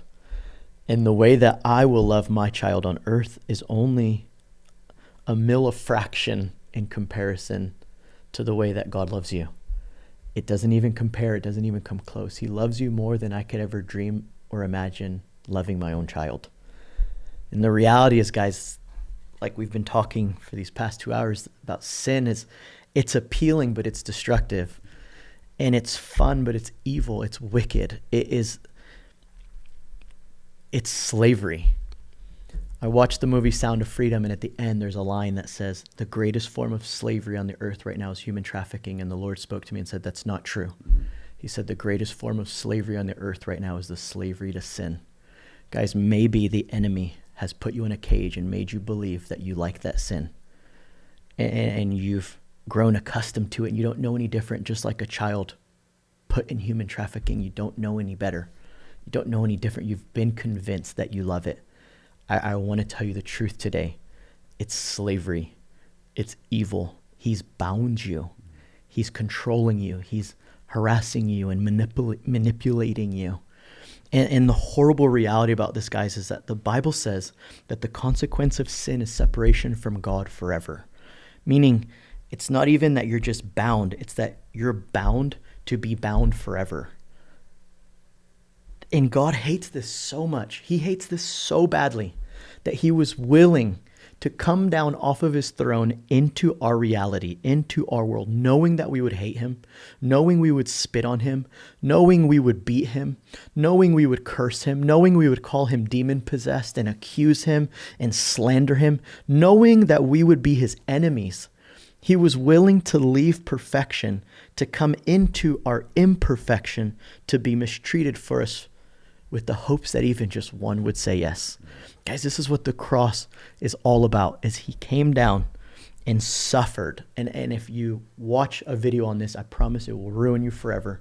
I watched a video of when they bent Jesus over and they whipped him on the back.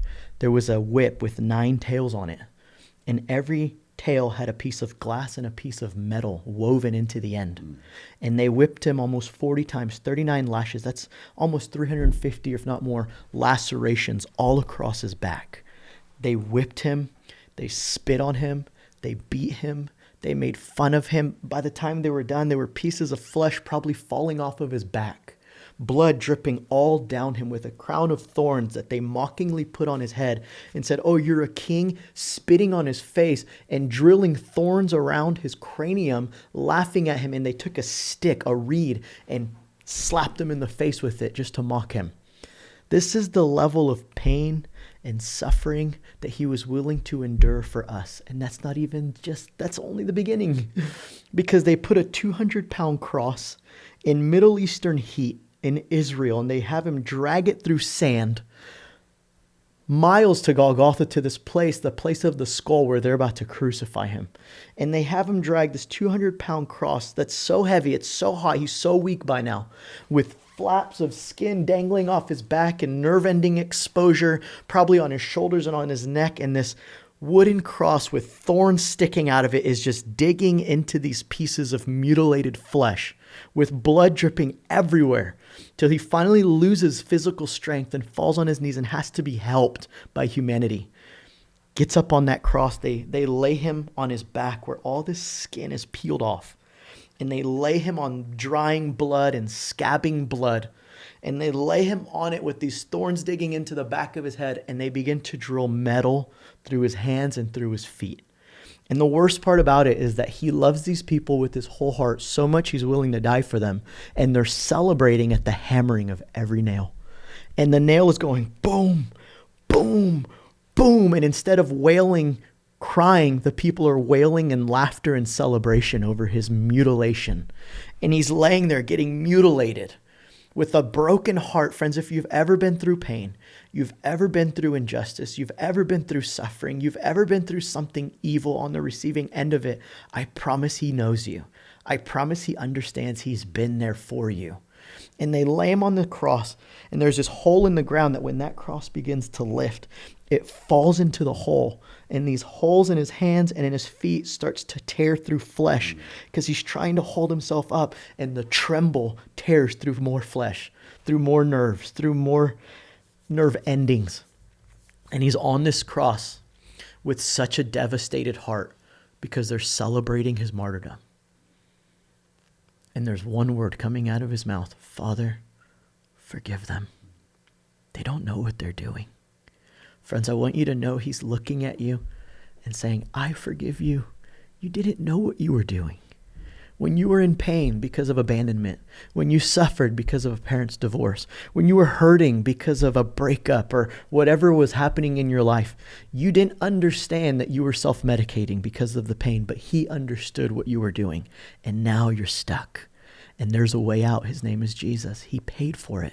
He bought your freedom. You see, what's crazy is they kill him on that cross. There's a guy to his left and his right. They're making fun of him. And finally, one of them has a moment. And he says, hey, we're making fun of this guy. He never did anything wrong. We're guilty. And he looks over at him and he says, I'm sorry. I believe that you are who you say you are. And he says, I'll see you today in paradise. Guys, there's no prerequisite. There's no, oh, you must be perfect. You must be good. You must be right. You must do this for this long. He's the one that did the work. He's the one that paid the price. He's the one that forgives. You cannot clean yourself up enough to be good for him. He paid for you while you were an enemy. And this is what he does for this criminal next to him on this cross. He says, today I'll see you in paradise. In that moment, he takes his last breath. He gives up his spirit. And for 3 days, guys, it's dark. It's physically dark. The sky goes black for 3 hours. It's dark. There's an earthquake. It's terrifying. People know this really was God. It's historically documented. This is not a fairy tale. This is history. And 3 days later, he's alive. He conquered sin. He conquered death. He conquered the devil. He conquered hell. He conquered our shame. He conquered our guilt. It says in Colossians, he made a spectacle of the enemy, meaning he shamed them. He shamed them on their own turf.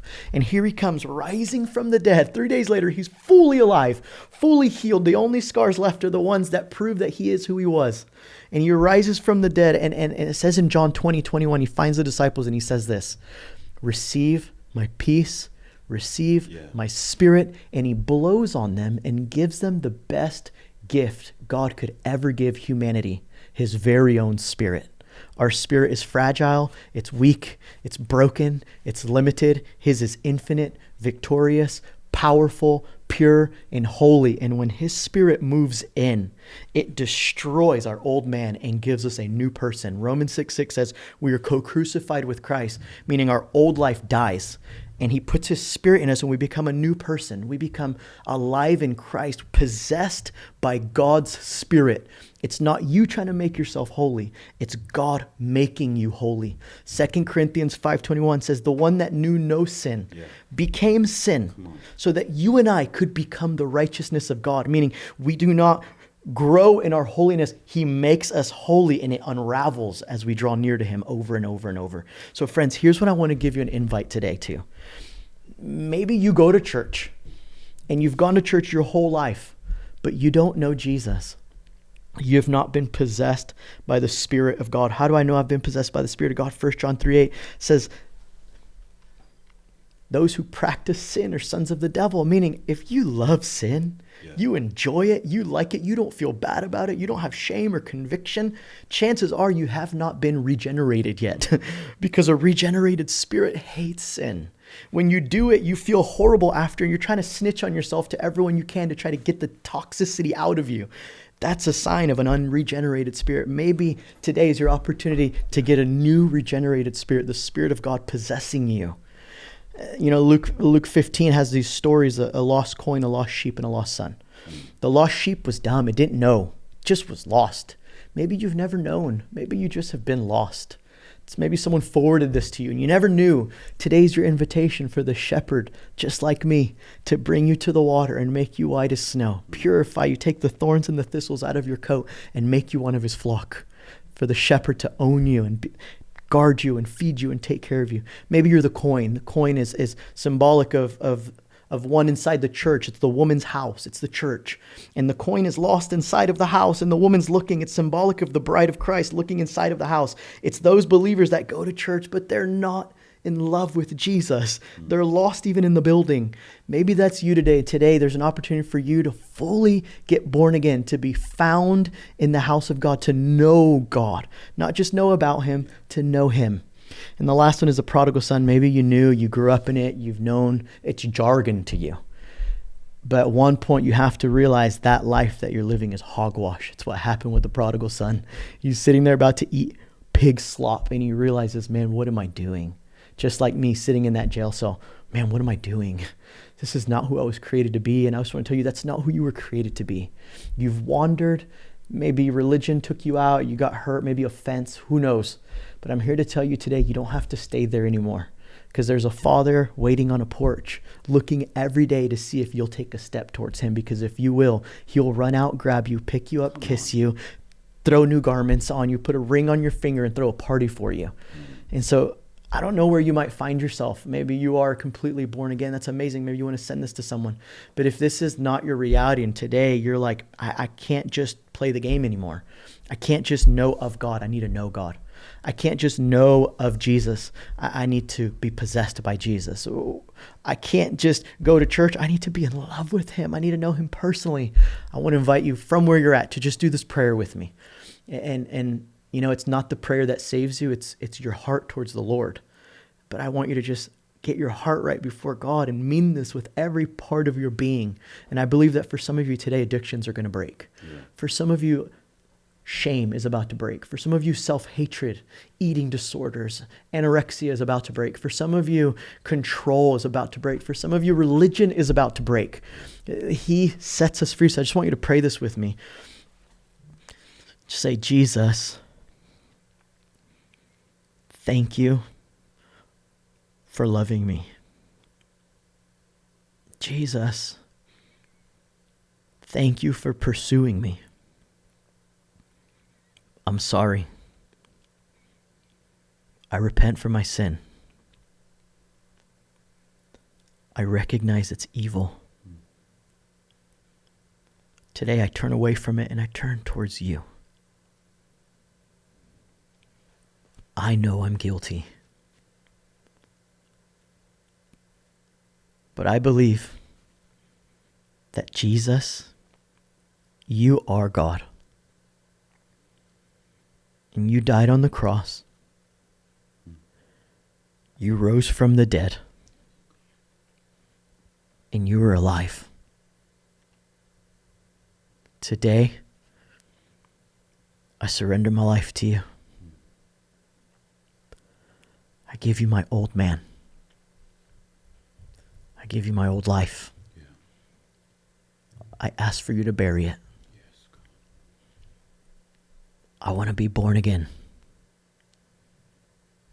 I receive your sacrifice. I surrender my whole life. All of it. I surrender. Holy Spirit, I ask, possess me, fill me, change me, use me, set me free so that I can serve God wholeheartedly. I'm all yours, Jesus. You're all mine. In Jesus' name, amen. I encourage you find community, a church. Maybe you're praying mom. Maybe you're praying grandma. A friend that knows God. Tell them the prayer you just did. And tell them you need help living it out. Can't do it alone. It's impossible. You now carry a target on your back. And without the army, you'll easily get hit. Find believers, get surrounded. I bless you guys. I bless your journey in Jesus. Love you guys.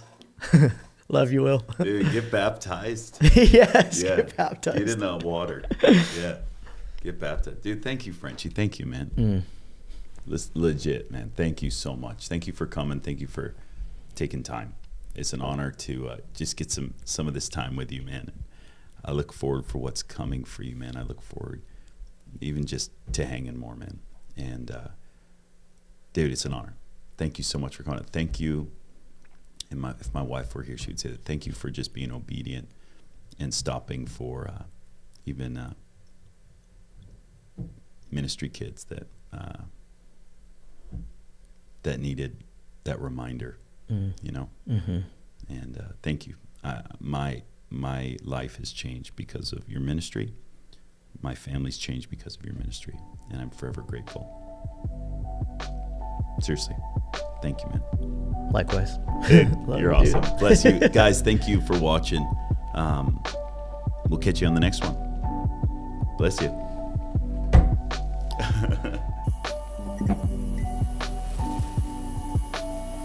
Thanks for the invite.